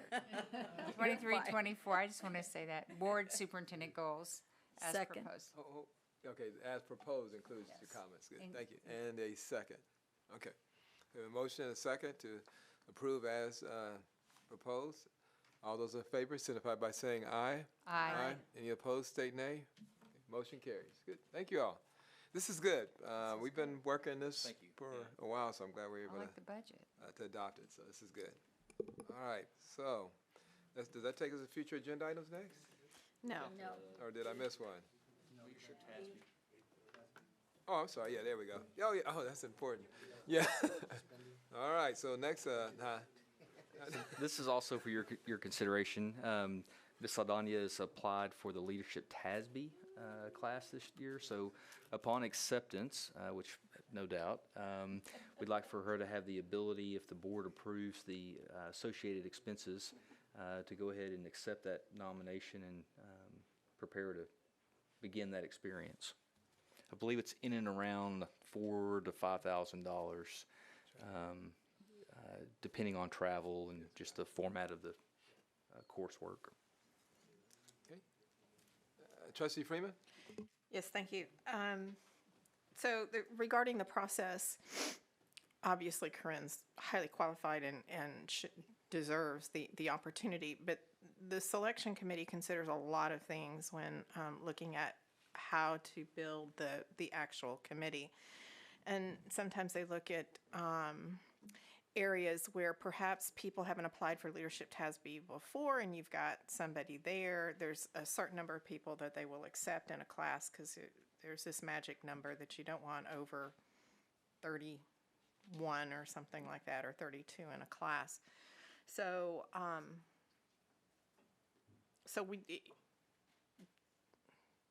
it's possible that she might not get accepted. We hope that she does, but she will know the beginning of next August. But this is a great opportunity so that it allows her to go ahead and accept that opportunity when that comes around if we approve that. So I would approve this. All right, I have the motion second, and again, I think y'all explained the timing is real important. That's why we wanted it now. That helps with that decision tree. So, all right, motion second. Any further discussion? All right, moved in second that we approve the Leadership TASB expenses. All those in favor signify by saying aye. Aye. Those opposed say nay. Any? Did you say aye? Abstain. Yeah, thank you. All right, one abstention. That's it. Okay, good. Now we go to future agenda items. We're looking at August 8th as the next board meeting. We will be bringing forward again, as already mentioned, fiscal year 24 budget and proposing the date of the 22nd for the public hearing to be advertised in our local paper. The Student Code of Conduct will also bring forward on the 8th for your review. We want to make sure that we have this in place prior to the start of the school year, which will require board approval. We also anticipate that to be inclusive of some of the House Bill 3 new legislation, as I've already mentioned. Update 121, Policy Update 121 will bring forward for second reading and your consideration. And then I anticipate we'll probably have a few more appointments, again, as we get closer to the start of the school year for your consideration. But that'll be August 8th. And of course, next week, again, as mentioned, we have our academic committee meeting on the 3rd and Finance Committee on the 4th, Renee? Is that right? First, excuse me, first. Week from today. So that's what we have in the works right now for future agenda. All right, and I think y'all know August is going to be a busy month, so yeah. Is that? Yeah, so, Yes, sir. There was one other one, and I didn't know where to place, so I thought we should bring it up here. So we had one trustee was asking about the money that we won for HEB. yeah, Thank you. HEB, is it best district or best district, no matter what, best board, okay. I was trying to remember. I thought we stated that I was going to the Northside Education Foundation. You know, we want allocated 2 scholarships. No. Go ahead. Oh, I'm wrong? Go ahead. No. It wasn't going to go to the foundation. We were going to work with the grants department To do what? create Okay. a fund. Oh, through grants? Well, I think they were going to help assist us in that, but Hmm? it wasn't going to be part of NAF. Oh, I thought it was going to be a NEF designated fund. I thought we were going to put it into the NEF account. Yeah, exactly, as a designated because fund. Okay, the I NEF think account. we get the interest on it. Not to NAF. Oh, no, it does But go. it was no, not it's still. going to them. No. Reason why I'm saying that does go to NEF now. It's a designated fund if we do it that route, if we understand what we're doing. It still is a NEF It's not districts if we do that route to use NEF that way. Because believe me, I do several of those with NEF. Okay, so thank you. So Yeah, go ahead. It was deposited into a designated fund Right. to be used for grant purposes. But it is in NEF, right? So NEF is just the keeper of the I understand. fund. Right. The grant is facilitated. Oh, I'm with you, but it's still, yeah. okay. Okay. But it's still under, like, our control. Oh, it's under our control, no doubt. Yeah, sorry to miss it. Right. All right. Glad we got that clarified. But the other- We need to add this to the. Yeah, that was the question. Well, the reason why it came up, I'm sorry, I'm glad we got that part straight too, is we have a request to use that funding potentially in another area, and I didn't know where that fits into. If we have that, I don't know if that's a, I think we talked about it for teachers, for future teachers, or something related to educators. I didn't know where to have that discussion, in other words. We can definitely add it to an agenda. I thought we were gonna Okay. discuss Okay. it at the retreat. Okay. I thought that's what we said, that Right. at the retreat, we would, we would So that'd be the decide. agenda item. One of the agenda All right, so items. the future agenda item is put this on a retreat. Okay. We could have shortened this if I would have just said that. That makes sense. We're but good. Yeah. Yeah. We're good. Okay. All right, did anybody else have any shorter future agenda items?